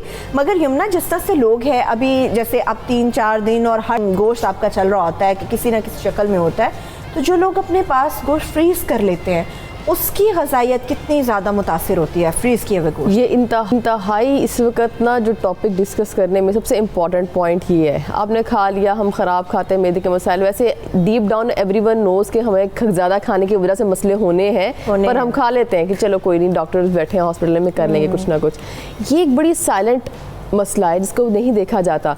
आप यकीन करें, मैंने यहाँ तक सुना कि एक साल तक गोश्त जो है फ्रीजर में पड़ा रहता है, हम उसको बनाते रहते हैं। एग्जैक्टली, कबाब अगली दाने तक वो पड़ा, अगली दाने तक वो ख़त्म होगा, अगली ईद का वो शुरू हो जाएगा। अच्छा, उसमें सबसे बड़ा मसला ये आता है कि जब आपने फ्रीज़ कर लिया ना, उसके ऊपर जो माइक्रो ऑर्गेनिजम्स आ जाएंगे ना महीने बाद, वो आपको नज़र नहीं आ रहे। माइक्रो ऑर्गेनिज्म का मतलब यही होता है, वो चीज़ें, वो हशरात जो आपको आंख आपकी नहीं देख सकती, ठीक है। अब उसमें मसला ये है कि आपको जब पका के आपके पेट के अंदर जाकर उसने जब मसला करना है ना, आपको पता तब चलना है कि ये तो काम ख़राब हो गया। क्योंकि गोश्त के चेक करने का बड़ा आसान तरीका है कि उसके ऊपर हल्की सी मुलायम सा हो जाता है, वो एक बारीक सी लेयर बन जाती है, बड़ी मुलायम सी। तो ये बड़ा अच्छा इंडिकेशन होता है। फिर एक और चीज़, इससे एक और बहुत इंपॉर्टेंट बात मैं लिंक करना चाहूँगी, ये सिर्फ गोश्त में नहीं आती। जब हम फ्रोज़न प्रोडक्ट्स लेते हैं, हम उनको डिफ्रॉस्ट किया, वापस फ्रिज में रख दें, एक बोटी बच गई, फ्रीज़र में रख दी दोबारा वापस, फिर वो आगे वो भी डिफ्रॉस्ट दोबारा होगी, फिर वापस फ्रीज़र में चली गई। ये टेम्परेचर चेंज नहीं करते। हमारा फूड, सारा फूड, हर किसी का प्रॉपर टेम्परेचर होता है, स्टोरेज टेम्परेचर, और अगर आप उससे उसको हिलाएंगे तो उसके ऊपर जो माइक्रोबियल ग्रोथ होगी वो आपको नज़र नहीं आनी, और आपको मसला आपको पता तभी चलेगा जब पेट में चला गया। बड़ों का इतना मसला नहीं होता, मैं बच्चों के लिए कंसर्न होती हूँ ज़्यादा, क्योंकि कबाब बन जाएंगे, बच्चों को सैंडविचेस में लग के ये जाने हैं लंचेस में और ये जाने हैं ब्रेकफास्ट में। बच्चे सेंसिटिव होते हैं, छोटे छोटे, मतलब छोटी एज से लेकर बड़ी एज तक बच्चे। आपको मसला तभी पता चलेगा जब वो पेट में चला गया और उसने मसला कर दिया। तो ये प्रोलॉन्ग स्टोरेज, कोई भी चीज़, एक बड़ा छोटा सा रूल है, कोई भी चीज़ जिसकी शेल्फ लाइफ आपने ख़राब कर दी किसी भी तरह से, बेशक आपने प्रिजर्वेटिव्स ऐड किए, बेशक आपने उसको फ्रीजिंग मेथड किया, या बहुत बड़े तरीके होते हैं, पर नॉर्मली हम क्या करते हैं, हम या फ्रीज़ कर लेते हैं या हम बाजार में डब्बे की चीज़ें लेके आते हैं। ये चीज़ें नुकसानदेह हैं किसी भी एज ग्रुप के लिए। लेकिन ये जो आप बात कर रही हैं ज़ैन, अभी आप सुन रहे थे यमुना ने जो बात की, ज़ैन, मतलब एक शेफ़ जो है वो तो बड़े लंबे अरसे तक गोश्त को फ्रीज़ कर लेता है अपने पास और उसका इस्तेमाल भी करता है। जिस तरह से ये है, आपा ने भी दरमियान में बात की और यमुना भी बता रही थी कि एक चिकनाई सी आ जाती है उसके ऊपर, तो उससे आप लोग कैसे अवॉइड करते हैं कि जी इस तरह से इसको रखा जाए तो इस चीज़ से अवॉइड हो सकता है, आपका गोश्त बिल्कुल ठीक रह सकता है? मैंने पहले भी जैसे मेंशन किया कि आप उसको मैरिनेट करके रख सकते हैं, ठीक है, डिफरेंट स्पाइसेस लगा के, डिफरेंट हर्ब्स लगा के, ताकि बाद में भी अगर आप उसको महीने 2 बाद भी यूज़ करें तो उसमें कोई इतना ज़्यादा प्रॉब्लम ना हो। और जहाँ तक बात की गई है शेल्फ़ लाइफ की, तो जो लोग 1-1 साल तक रखते हैं बिल्कुल भी ठीक नहीं है, क्योंकि कुर्बानी का गोश्त होता है और जो नॉर्मल आपका गोश्त होता है, जैसे आपको मार्केट में नॉर्मल रूटीन में मिलता है, उसमें फ़र्क होता है, ठीक है। तो आपने उस चीज़ को ख्याल रखना है, क्योंकि डेफिनेटली जब आप उसको कुक करते हैं तो उसके फ्लेवर में भी फ़र्क आता है, ठीक है। अब कुर्बानी का गोश्त ज़्यादा सुना जाता है, लजीज होता है, ठीक है जी। तो इसलिए आपने इन चीज़ों का ख्याल रखना है कि मैरिनेट करके रख रहे हैं या विदाउट मैरिनेशन रख रहे हैं, क्योंकि अक्सर आप ओपन रखते हैं, गर्मी के दिन है तो क्रॉस कंटामिनेशन की वजह से बैक्टीरिया ऊपर आ जाता है। तो आपने इन चीज़ों का ख्याल रखना है कि वो एयर टाइट सीलिंग में हो या किसी ऐसे बॉक्सेस में हो, कवर करके आप रखें उसको। फ्रीज़र में भी अगर रखें या फ्रिज में भी रखें तो कवर करके रखें, ठीक है। तो अगर आप अपनी ये सारी चीज़ों की प्रिकॉशनरी मेजरमेंट्स ले रहे हैं तो मेरा ख्याल में कि आपका कोई भी इसमें आपकी हेल्थ अफेक्ट नहीं होगी। सेकेंडली, ईद की वजह से ज़रूरी नहीं है कि आप सुबह दोपहर शाम और नाश्ते में भी निहारी और इस तरह की चीज़ें बना के खाएँ, 3 वक्त गोश्त खाने की ज़रूरत नहीं है। आप नॉर्मल रूटीन का खाना खाएँ और एक डिनर या लंच एक वक्त में आप इसको अपने एक अच्छे फैमिली मील तैयार करके इंजॉय कर सकते हैं, और लेटर ऑन आप हफ्ते 2 हफ्ते बाद दोबारा कर सकते हैं। तो ये चीज़ों का ख्याल रखना ज़रूरी है। अच्छा ठीक है आपा, लोग तो नहीं छोड़ेंगे गोश्त खाना, हम जितना भी उनको समझा लें, तरीक़े भी बता लें, उन्होंने करनी तो अपनी मर्ज़ी है कि 4-5 टाइम उन्होंने गोश्त ही खाना है। बल्कि मैं तो कहती हूँ जो लोग 3 दफ़ा दिन में खाना खाते हैं ना, वो कुर्बानी की ईद के बाद या ईद कुर्बान में वो इस तरह से करते हैं कि 4 से 5 दफ़ा उनके घर में खाना बनता है और 4-5 दफ़ा वो फुल हो के अपना पेट ऐसे भर के खाना खाते हैं। अब आप जिसको गोश्त नहीं हजम होता, जैसे मुझे बारबेक्यू जो है वो डाइजेस्ट करने में मसला होता है, बहुत सारे लोग हैं जो ओवर ईटिंग कर लेते हैं गोश्त की, उनको हजम नहीं होता। तो जो बहुत ज़्यादा ओवर ईटिंग करते हैं वो हजम कैसे करें? कोई ऐसी चीज़ अगर आप बताएं कि भाई गोश्त के बाद आप या खाने के बाद इस चीज़ को खा लें या रात सोने से पहले आप खा लें। जी, मिश्री, पहाड़ी पुदीना और खाने का सोडा। मिश्री, पहाड़ी पुदीना, खाने का सोडा, तीनों हम वज़न मिलाकर आप पाउडर बना के रख लें। आधा अपने कप पानी लेना है, ठंडा पानी लेना है, 1 चम्मच आप डाल दें, यही वही सोडा वाटर बन जाता है जो हम मार्केट से लेते हैं। मगर आप इसको बना के पिएंगे, और अगर आपका पेट जैसे उफारापन, इन्फ्लुटेंस वगैरह ज़्यादा होता है तो आप खाने से पहले ये पीजिए। खाने के बाद जैसे मैंने आपको बताया, सना के पत्ते, सौंठ और सौंफ, जी, इसको पीस कर पाउडर बना के रख लें, तो इससे बहुत ज़्यादा फ़र्क पड़ेगा। अच्छा, जब प्रिजर्वेटिव्स की बात आ रही है तो नेचुरल प्रिजर्वेटिव्स जो हैं वो सिरके से अच्छा कोई नहीं। सिरका और काली मिर्च मिक्स करके अगर आपने रखना ही है, अव्वल तो मैं इसके सख्त खिलाफ हूँ कि आप अपना डीप फ्रीज़र भर दें। कुर्बानी का असल मकसद जो है वो फौत हो जाता है, आपने ये बांटना है। अगर आपने ज़्यादा से ज़्यादा रखना है 7 दिन का, तो हल्का सा 1 बॉयल दे दें। 1 बॉयल देने के बाद सिरका, काली मिर्च डाल दें, या आप पुराने ज़मानों में गोश्त को सुखाया जाता था, सही है, क्योंकि अब तो मानसून है तो गोश्त सूख भी नहीं सकता। नहीं, और दूसरी बात है, जिस तरह के गोश्त को पकाने का जो कदीमी नुस्खे हैं, उसमें ना ऊपर का कोई तेल डलता था ना कुछ, उसी की चर्बी में बनाया जाता था। जैसे दुम्बे की कढ़ाई के लिए सब जो जाते हैं पेशावर खाना खाने जाते हैं, उसी की चर्बी वो उसी की चर्बी को इस्तेमाल, जी, उसी की, उसमें 2 चर्बियाँ होती, एक ज़रा सख्त सी होती, एक नरम सी होती है। पीली चर्बी इस्तेमाल नहीं की जाती थी, जो पिघल जाती है चर्बी, वो इस्तेमाल करके उसी में गोश्त बनता था। बहुत सारे मसाले नहीं होते थे, हमारे यहाँ मसालों की भरमार कर देते हैं, ये भी नहीं होना चाहिए। लेकिन आप ही जो मसालों की बात कर रहे हैं ना, हमारे तो ईद पे ही होता है कि जी मसालों की भरमार होनी चाहिए, चटपटा भी खूब होना चाहिए और मिर्ची भी खूब होनी चाहिए। आप अभी ब्रेक की तरफ चलते हैं, जब ब्रेक पे आएंगे ये पूरा पैनल मेरे साथ यहाँ पे मौजूद रहेगा। अगर आपका भी कोई सवाल है, आप भी कुछ जानना चाह रहे हैं, कुछ पूछना चाह रहे हैं, तो आप भी हमें फ़ोन कर सकते हैं, कॉल मिला सकते हैं और अपने मसले का हल जान सकते हैं। अभी ब्रेक की तरफ बढ़ रहे हैं, ब्रेक से वापस आके गुफ्तगू का सिलसिला यहीं से आगे बढ़ेगा।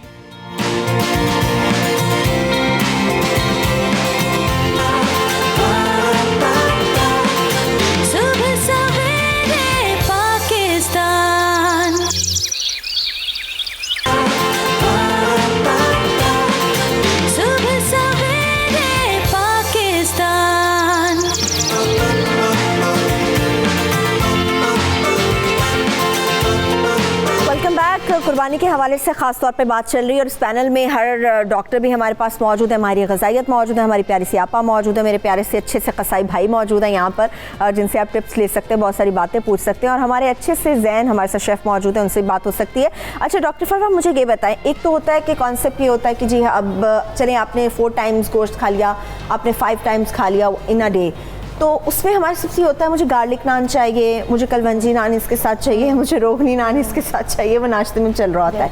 ये जो नान का कॉन्सेप्ट है, एक तो गोश्त हम डमाडम अपने पेट में डाल रहे हैं, उसके बाद ये नान पे नान खा रहे हैं, ये कितना नुकसानदेह हमारे मैदे के लिए? देखिए, थोड़ी सी मॉडरेशन में तो अच्छा है, क्योंकि वो आपको गोश्त आपको प्रोटीन्स दे रहा है और नान आपको कार्ब्स दे रहा है, तो वैसे अगर थोड़ा थोड़ा लें तो दैट इज़ गुड।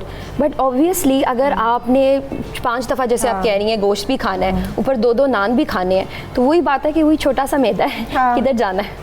नाश्ते में लोगों को नान चाहिए और 1.5 2-2 नान है वो एक ही टाइम में खा जाते हैं। दूसरी बात ये कि सिर्फ यहीं पे नहीं होता, उसके बाद डिज़र्ट भी खानी है, वो मीठा भी जाएगा, उसके बाद कार्बोनेटेड ड्रिंक्स भी लेनी है। कॉन्सेप्ट है कि इसको हजम करना है। तो ये जो सारा चीज़ है ना कि एक तो ये शॉर्ट टर्म मसले करेगा, फिर लॉन्ग टर्म मसाइल भी करने। शॉर्ट टर्म मसले तो आपको पता ही है कि ये जो मैदे में तेजाबियत है, जलन है, बदहजमी है, इवन इसके साथ मूड चेंजेस आपको जो है ना, बहुत ज़्यादा होना शुरू हो जाता है, जो एक मोचलपन सा है जो पूरा दिन आपको इन दिनों में रहता है, तो वो भी उसका भी इससे ताल्लुक़ है।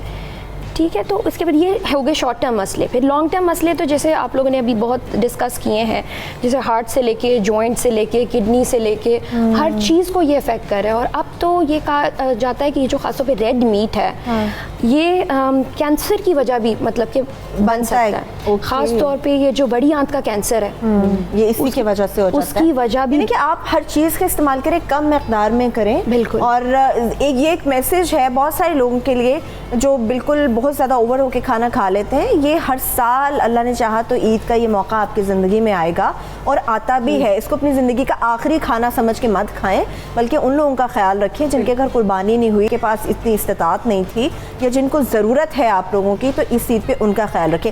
अच्छा, यहाँ पे हमारे कसाई भाई नसीर भी मौजूद हैं। तो मैं नसीर मुझे ये बताएगा, जैसे हमने तो बड़े मॉडर्न नाम रख लिए होते हैं जब गोश्त के पीसेस हो रहे होते हैं, अच्छा ये फलानी चीज़ का रख दो। आपकी अपनी लैंग्वेज में जो एक कसाईयों की देसी लैंग्वेज होती है अपनी, जो आपस में गुफ्तगू करते हुए आप बात करते हैं, बकरे की अगर हम बात करें तो इसके कौन से बेस्ट पीसेस होते हैं, बेस्ट हिस्से होते हैं कि जी ये बड़े लजीज हिस्से होते हैं, ये अलग होने चाहिए? या अगर बैल की बात करते हैं, बड़े जानवर की बात करते हैं, तो उसके कौन कौन से हिस्से होते हैं? नाम समेत मुझे बताएं, मुझे इतना ज़्यादा पता नहीं इसलिए आपसे पूछ रही हूँ। ये जो लेग्स के पीस होते हैं ना, जिस तरह मुर्गी के होते हैं, उनके ऊपर की जो बोटी होती है। ये बकरे का आप बता रहे हैं मुझे? कोई भी जानवर ले लें, हाँ ठीक है ना, उनकी मैं बात कर रहा हूँ। ये जो लेग्स के ऊपर की है क्योंकि जानवर ने ज़्यादा एफर्ट पाँव से ही करनी है, ज़्यादा एफर्ट, और उसका अच्छा गोश्त भी होता है या पसलियों का गोश्त अच्छा होता है। नहीं, उसको क्या कहते हैं वो जो टांग के ऊपर वाला गोश्त आप कह रहे हो, उसको वैसे क्या बुलाते हैं आप लोग? गोश्त ही बोलते हैं, लेग्स का। हाँ अच्छा, नहीं ये बोंग शोंग भी तो होते हैं ना, मुझे इनका नहीं पता। और मेरे देखने वाले बड़े लोग होंगे, बड़ी मेरी बहनें होंगी जिनको नहीं पता होगा ये बोंग क्या होती है और फलाना क्या होता है, और पुट का कोई गोश्त होता है, पता नहीं। पट कहते हैं। हाँ पट है, पुट है, हम अपनी ज़ुबान में कहते हैं पट। अच्छा, वो पट होता है जी।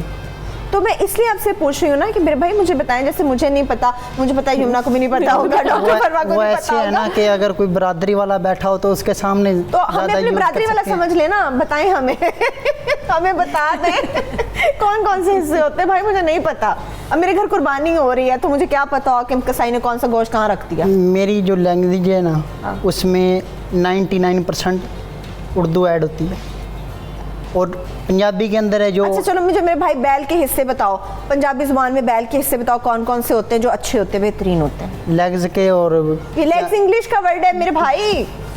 पट। अरे भाई हमारे कसाई भाई तो शर्मा रहे हैं, नहीं, ज़हन से हम पूछ लेते हैं जी। हाँ ये आपने अच्छा नहीं किया। ये मैं पता आपको एक बात बताई, जो नाची नाई मोची मिस्त्री बना होता है ना कसाई, उससे मैं पूछूं ना कि भाई क्या हिस्से, तो वो नहीं बताते। आप तो असली नस्ली कसाई हैं भाई, हमें बताएं। मेरी बहनें परेशान है अपने घरों में कि कौन सा हिस्सा कसाई ने कहाँ रख दिया होगा, तो हम क्या करेंगी बताएं मुझे। जैन से पूछ लेते हैं। जैन आप सर हमें बताएं कि बकरे का कौन कौन सा मज़ेदार हिस्सा होता है, उसके नाम क्या होते हैं जिसको हमें साइड पे फौरी तौर पे कर लेना चाहिए?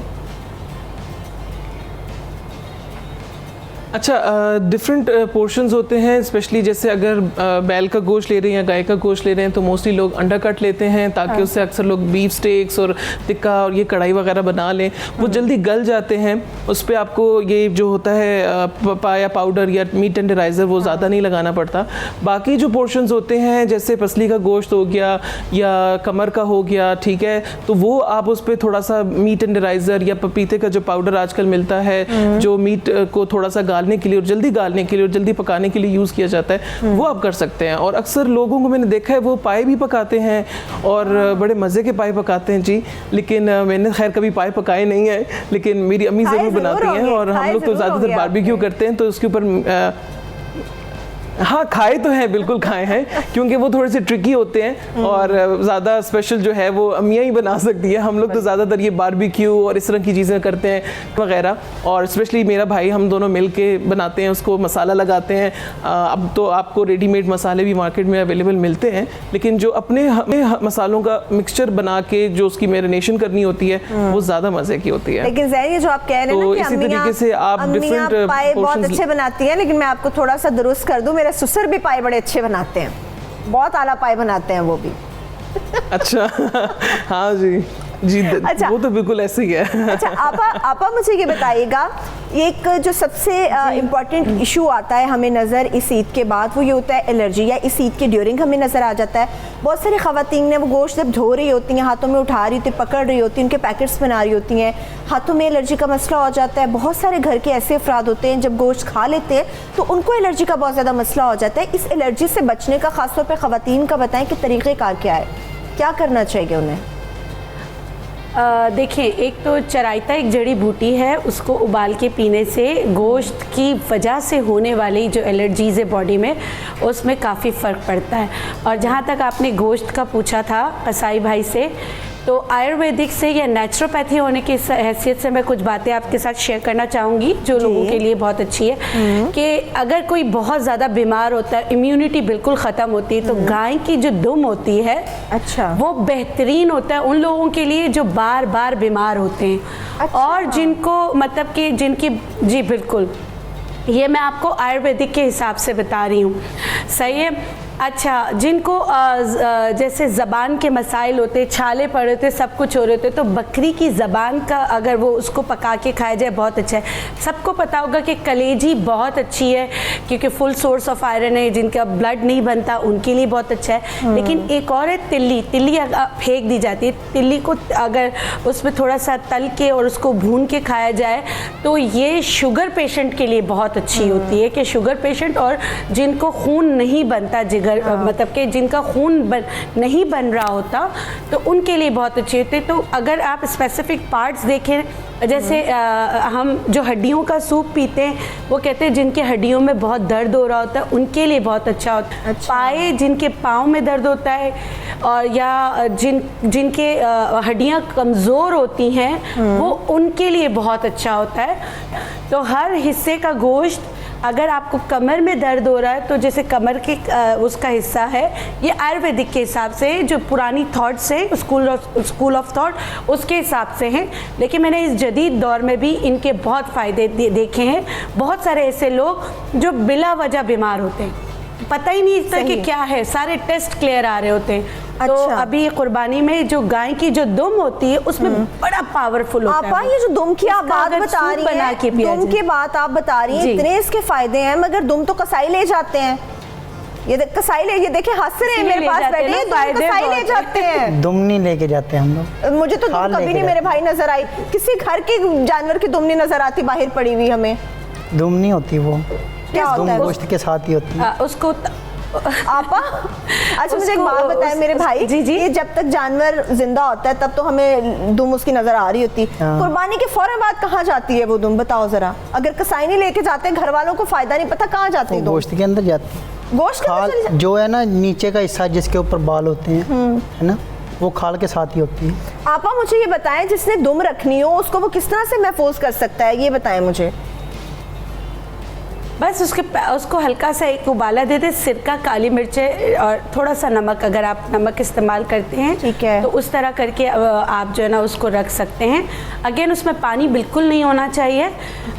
जो है पुराने ज़मानों में गोश्त धोया नहीं जाता था। अच्छा। जैसे ही आ जाया जाता था वो ठंडा हो जाता था, तो उसको फिर उसको छोटे छोटे टुकड़े करके सिरका, नमक, काले मिर्च लगाकर उसको सुखा दिया जाता था। ठीक है। अच्छा। अब इस ज़माने में सुखाने का रिवाज तो नहीं है, तो फिर आप इस तरह करके प्रिजर्व कर सकते हैं कि आप उसमें यही तीनों चीज़ें डाल दें। डालने के बाद धोएं नहीं, एक दफ़ा जब निकालते हैं तभी धोएं। हो सकता है बहुत सारे लोग मुझसे इख्तिलाफ करें, लेकिन जैसे ही आप पानी डालते हैं, पानी के मिनरल्स, पानी के बैक्टीरिया भी आपके गोश्त में शामिल हो जाते हैं। इसलिए दो तरीके हैं, या तो हल्का सा उबाल लें, या जैसे मेरे भाई ने कहा मैरिनेट कर लें। हाँ। मैरिनेशन के बाद वो बिल्कुल अलग हो जाता है, मसालों का सारी चीज़ें उसमें मिक्स हो जाती हैं। जो गोश्त को बहुत अधमरा धो के रखा जाता है, उससे भी आपका गोश्त बहुत जल्दी ख़राब होता है। सही। या तो आप उसको धोए बगैर जब वो ठंडा हो जाए तो उसके पीसेस करके रख दें, या उसको हल्का सा उबाला दे के रख लें। या फिर उसको धोकर मैरिनेट करके रख दें, तो इससे आपका गोश्त कुछ अरसे तक जी। और अगर आप गोश्त पका रहे हैं और उसमें चिकनाई आती है, हमेशा जब भी कुर्बानी का गोश्त निकालें और आप उसको पकाने लगे तो उसमें लेस छोड़ देता है। जो चीज़ खराब होती है नेचुरोपैथी हमें बता देती है, जैसे हमारे घर के दाल खराब हो जाते हैं तो ऊपर एक लेस आ जाती है, तो ये हमें बता देता है कि ये हमारे खाने के लिए नहीं है। तो इसी तरह जब हम गोश्त डालेंगे गोश्त में लेस आ जाएगा, तो वो नहीं खाना चाहिए। ठीक है, अच्छा इस वक्त हमारे साथ कॉलर भी यहाँ पर, उनसे बात करेंगे। शफीक मेरे भाई हमारे साथ मौजूद है, उनसे बात कर लेते हैं। शफीक, जानवर की कुर्बानी होने जा रही है तो गोश्त के मसाइल भी बहुत सारे होंगे, आप क्या जानना चाहेंगे? अस्सलाम वालेकुम मैम। वालेकुम अस्सलाम। मैम मैं एक टीचर हूँ और मुझे हेपेटाइटिस सी है। तो मैं ये पूछना चाह रहा था कि कौन सा गोश्त जो है मेरे लिए ज्यादा मौजू रहेगा, और आपस में मैंने पूछना है कि मुझे हेपेटाइटिस सी है और मैदे का भी मसला, यानी कि मैदा हीट अप हो जाता है और मेरी टांगों में बहुत ज्यादा पेन रहती है। तो मैं ये पूछना चाह रहा हूँ कि कोई टोटका भी साथ में मुझे बता दें, क्योंकि मैं एक टीचर हूँ और टांगों में बहुत ज्यादा पेन रहती है। मेरे भाई आप परेशान ना हो, आपके मैदे का जो मसला है, यहाँ पे डॉक्टर फरवा मौजूद है, मैदे के हवाले से इनसे बात करेंगे। मगर जो आपने अपनी वजह बताई है आपा, आपने सुना होगा शफीक ने क्या कहा, उनके मसले का हल कोई जी बिल्कुल मैंने सुना है। देखिए गोश्त आपके लिए नहीं है, क्योंकि बड़े का गोश्त 8 घंटे में जाके हजम होता है। जिनके जिगर आपकी केमिकल लेबोरेटरी है। लेकिन मैं आज आपको एक ऐसा नुस्खा बता रही हूँ जो हेपेटाइटिस ए से लेके हेपेटाइटिस के जितने अक़साम है उसके लिए बहुत बेहतरीन है। वो है पपीता के बीज। पपीते के बीज, हमारे देसी पपीते के बीज, जब तक आप उसको सुखाते नहीं है तब तक आप 10 अदद बीज ले लें, उसको मुंह में लेके चबाएं, उसके ऊपर शहद वाला पानी पी लें। तो पपीते में अल्लाह गफूर रहीम ने ऐसी सलाहियत रखी है कि वो कोई भी वायरस और बैक्टीरिया को आपके जिस्म का हिस्सा बनने नहीं देती। तो आपने ये इसका इस्तेमाल करना है। और आपको अगर गोश्त हजम नहीं होता तो कच्चा पपीता बहुत अच्छा होता है कि कच्चे पपीते का ऊपर का छिलका आप उतार लें। ये आपके जिस्मानी दर्दों के लिए भी है, मैदे के लिए भी है, जिनको हार्ट का मसाइल रहते हैं उनके लिए भी है कि एक फांक कच्चे पपीते की लेके उसको ऊपर से छिलका उतारें, उसको पहले थोड़ी देर रख दें, क्योंकि इसमें बबल हैं जो आपके दूध को फाड़ देते हैं। थोड़ी देर रखने के बाद दोबारा धो के 1 गिलास दूध गर्म करें और वो कच्चा पपीता आप उस दूध में डालें। हल्का सा उबाला, 1 से 1 उबाला आ जाए, उसकी जितनी न्यूट्रिएंट्स है वो दूध में जज्ब हो जाती। उसके बाद वो जो पपीता है उसको आप निकाल लें और वो पपीते वाला दूध इस्तेमाल कर लें, तो उससे बहुत फ़र्क पड़ता है। और जिनको H पाइलोरी है, हेलिकोबैक्टर पाइलोरी अल्सर है, उनके लिए भी किसी किस्म का गोश्त नहीं है, उसकी वजह से आप नुकसान उठा सकते हैं। तो कुर्बानी के बाद ज़िंदगी रही और आपका ये मर्ज़ हल हुआ तो आप खा सकते हैं। इसके लिए रेवन चीनी और इसपगोल की भूसी बहुत अच्छी हैं, कि दोनों हम वज़न लेके पाउडर बना कर रख लें। 1 चम्मच गर्म पानी में डाल के उसको जब नीम गर्म हो जाए तो हर खानों से पहले आप ले लें। इससे जो है H पाइलोरी जो है उसको बेहतर करने में आपकी मदद करती है इंशाअल्लाह ताला, इंशाअल्लाह। अच्छा मुझे ये बताइए यमुना, जैसे जानवरों में कॉन्गो वायरस के मुतालिक भी बात है और बहुत सारे केसेस रिपोर्ट भी आहिस्ता आहिस्ता होना शुरू हो गए, किस तरह का मसला है। अब जिस जानवर को आप अपने घर लेकर आ रहे हैं और कॉन्गो वायरस की मौजूदगी के खदशात भी मौजूद हैं, किस तरह से उस जानवर का गोश्त आप अपने पास महफूज कर सकते हैं और उससे खुद बचने के लिए कौन कौन सी आपको तदाबीर इख्तियार करनी? जो सबसे अच्छी चीज़ है ना, इससे वही बात जो हमने पहले क्वेश्चन से स्टार्ट किया था कि सफाई सफाई सफाई बेइंतहा इंपॉर्टेंट है। और वैसे भी इन जानवरों की वैक्सीनेशन वगैरह भी है, तो ये वाली चीज़ जो लोग तो खरीद लिए सब ने, पर ये वाली चीज़ ज़रूर नहीं ख़रीदा। ये ज़रूर पूछें कि इज़ द एनिमल वैक्सीनेटेड और नॉट, कि उसको वैक्सीनेशन लगी हुई है प्रॉपर कि नहीं। दूसरा ये कि सफाई का आपने बहुत ख्याल रखना है, आपने ग्लव्स यूज़ करें और कोई भी जिस तरह बच्चे खेल रहे होते हैं इर्द गिर्द, उनसे थोड़ा सा इज्तनाब करें। जहाँ पे गोश्त कसाई होना चाहिए और just 1% to handle the meat, बस ठीक है। हाँ जी, और कसाई भी जो है उन अपने भाइयों से भी कहें जब वो कह रहे हैं कोशिश करेंगे ग्लव्स पहनने का रवाज नहीं है, इनको पता होगा कभी नहीं पहने जाते। दस्ताने तो नहीं पहनते होंगे आप? क्यों? दस्ताने कोई भी नहीं पहनता, इतना मसला हो जाता है। हर एक को बचाएं, अपने आप को ही बचाएं, अपने आप को। हाँ जी, वो बात उनकी ठीक है, स्लिप हो जाता है, थोड़ी ग्रिप और रखनी पड़ती है आपको। पर देखिए स्टिल अब वायरस फैला हुआ है। मैं 2 दिन पहले ही पढ़ी थी, कराची में एक और डेथ रिपोर्ट हुई है लास्ट वीक। तो इससे बचने के लिए देखिए ये प्रिकॉशन मेजर्स तो लेने हैं ना। आई नो वो सारी बात है, कहना स्लिप होता है। गोश्त को ग्लव्स पहन के धोना भी डिफिकल्ट हो जाएगा। जहाँ उन्होंने 10 बकरे करने वहाँ एक करेंगे, वहाँ एक करेंगे। और मदर से जब ग्लव्स के साथ होगा ही नहीं, होगा ही नहीं। आप सारे दिन में ही एक करेंगे तो क्या फायदा आपके 9 बकरे। सफाई का, सिर्फ सफाई का बस ख्याल रखा जाए, ठीक है। और खवातीन भी जब दोबारा से उसको पकाने लगे उसको दोबारा वॉश करें, अपने हाथ भी वॉश करें। जब तक वॉश किए बगैर अनवॉश्ड ना मीट इस्तेमाल हो ना अनवॉश्ड हैंड से आप उसको दोबारा पका सकते हैं, ना बच्चों को हाथ लगाएं। सही, ठीक है। अच्छा, अब ये होता है कि जिस तरह से ईद होती है, मतलब जैसे ही आपका जानवर कुर्बान होता है तो साथ ही आपको पता होता है कि आपके घर में बहुत सारे मेहमान आने वाले हैं और अम्मियों को, आपकी भाभीियों को, बहनों को, सबको, बेटियों को इकट्ठा होकर काम करना पड़ता है बहुत ज़्यादा। ज़ैन, मुझे ये बताएं कौन कौन सी ऐसी डिशेस हैं कि एक तरफ जानवर आपका कुर्बान होता है, दूसरी तरफ खाना बन जाए, क्योंकि मेहमान तो इंतज़ार नहीं करते। कौन कौन सी ऐसी आसान डिशेस हैं जो बेहतरीन भी हैं और जल्दी जल्दी घर में बनाई भी जा सकती हैं?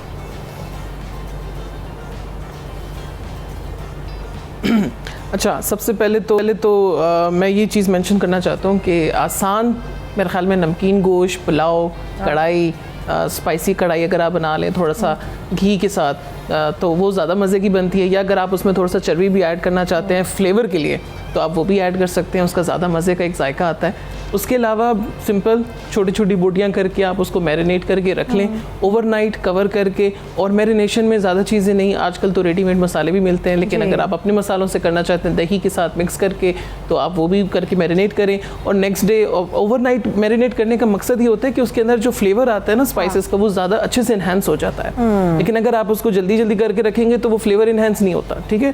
तो ओवरनाइट मैरिनेट करके रखना ज़रूरी है। और ईद के नेक्स्ट डे पे आप रात को बारबेक्यू कर सकते हैं। आजकल तो आपके घर पे वो कोयले वाली दाल और सब चीज़ें इजीली मिल जाती हैं, तो मेरे ख्याल में सबसे इजी।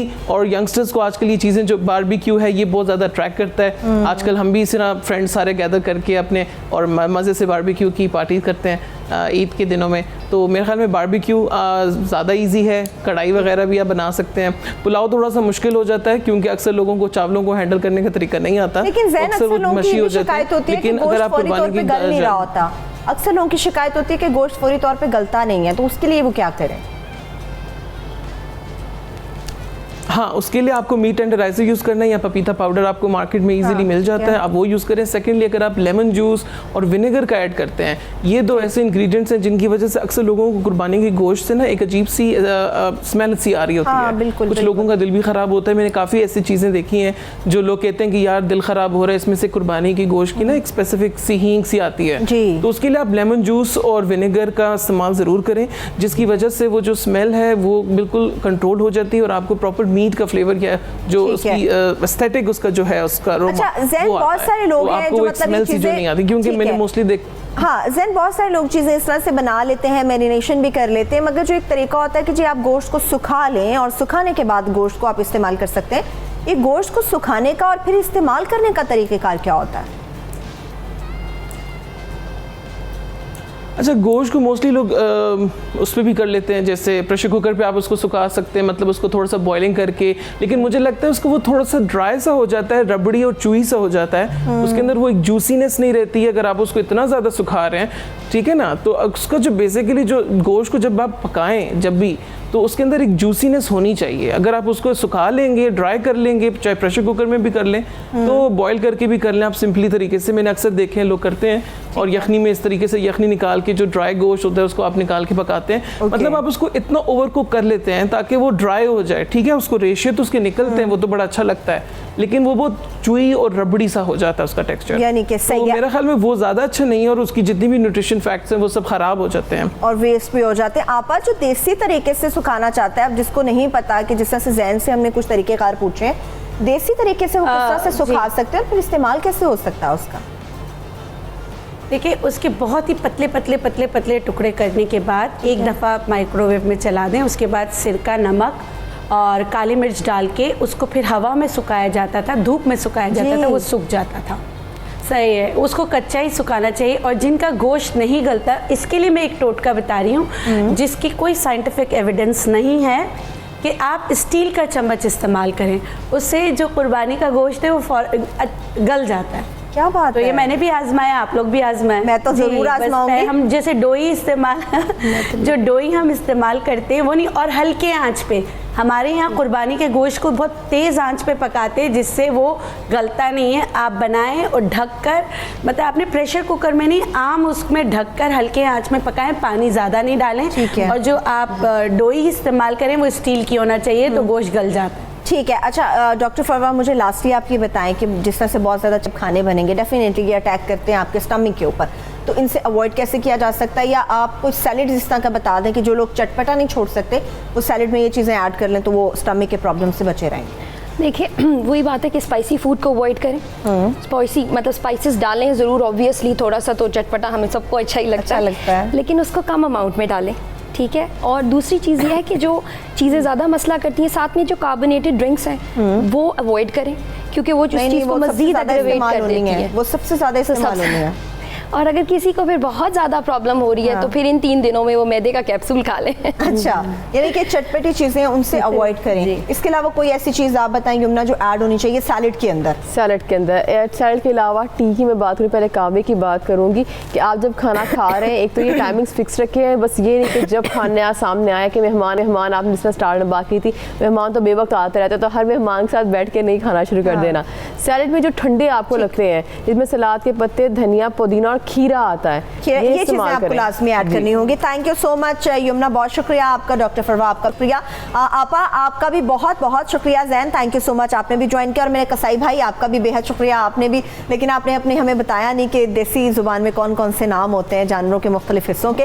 तो चलिए कोई बात नहीं, हम किसी और कसाई से पूछ लेंगे। तो चलिए सुबह सवेरे पाकिस्तान से मुझे इजाज़त दीजिए। अपना बहुत सा ख्याल रखिए और उन लोगों का भी ख्याल रखिए इस ईद कुर्बान पर जिनके घर में जानवर नहीं आया। तो कोशिश कीजिए अपने फ्रिजेस को भरने की बजाय उन गरीबों का ख्याल रखें, उनके घर के अंदर गोश्त भेजें जिनको इसकी अशद ज़रूरत है। और ख़ास तौर पे ईद के स्पेशल शोज होंगे आप सबके लिए, तो देखना मत भूलिएगा। अपना फीडबैक भी हमें देते रहेगा। अपना बहुत सा ख्याल रखिएगा। सबको ईद की बहुत बहुत मुबारक हो। खुदा हाफ़िज़।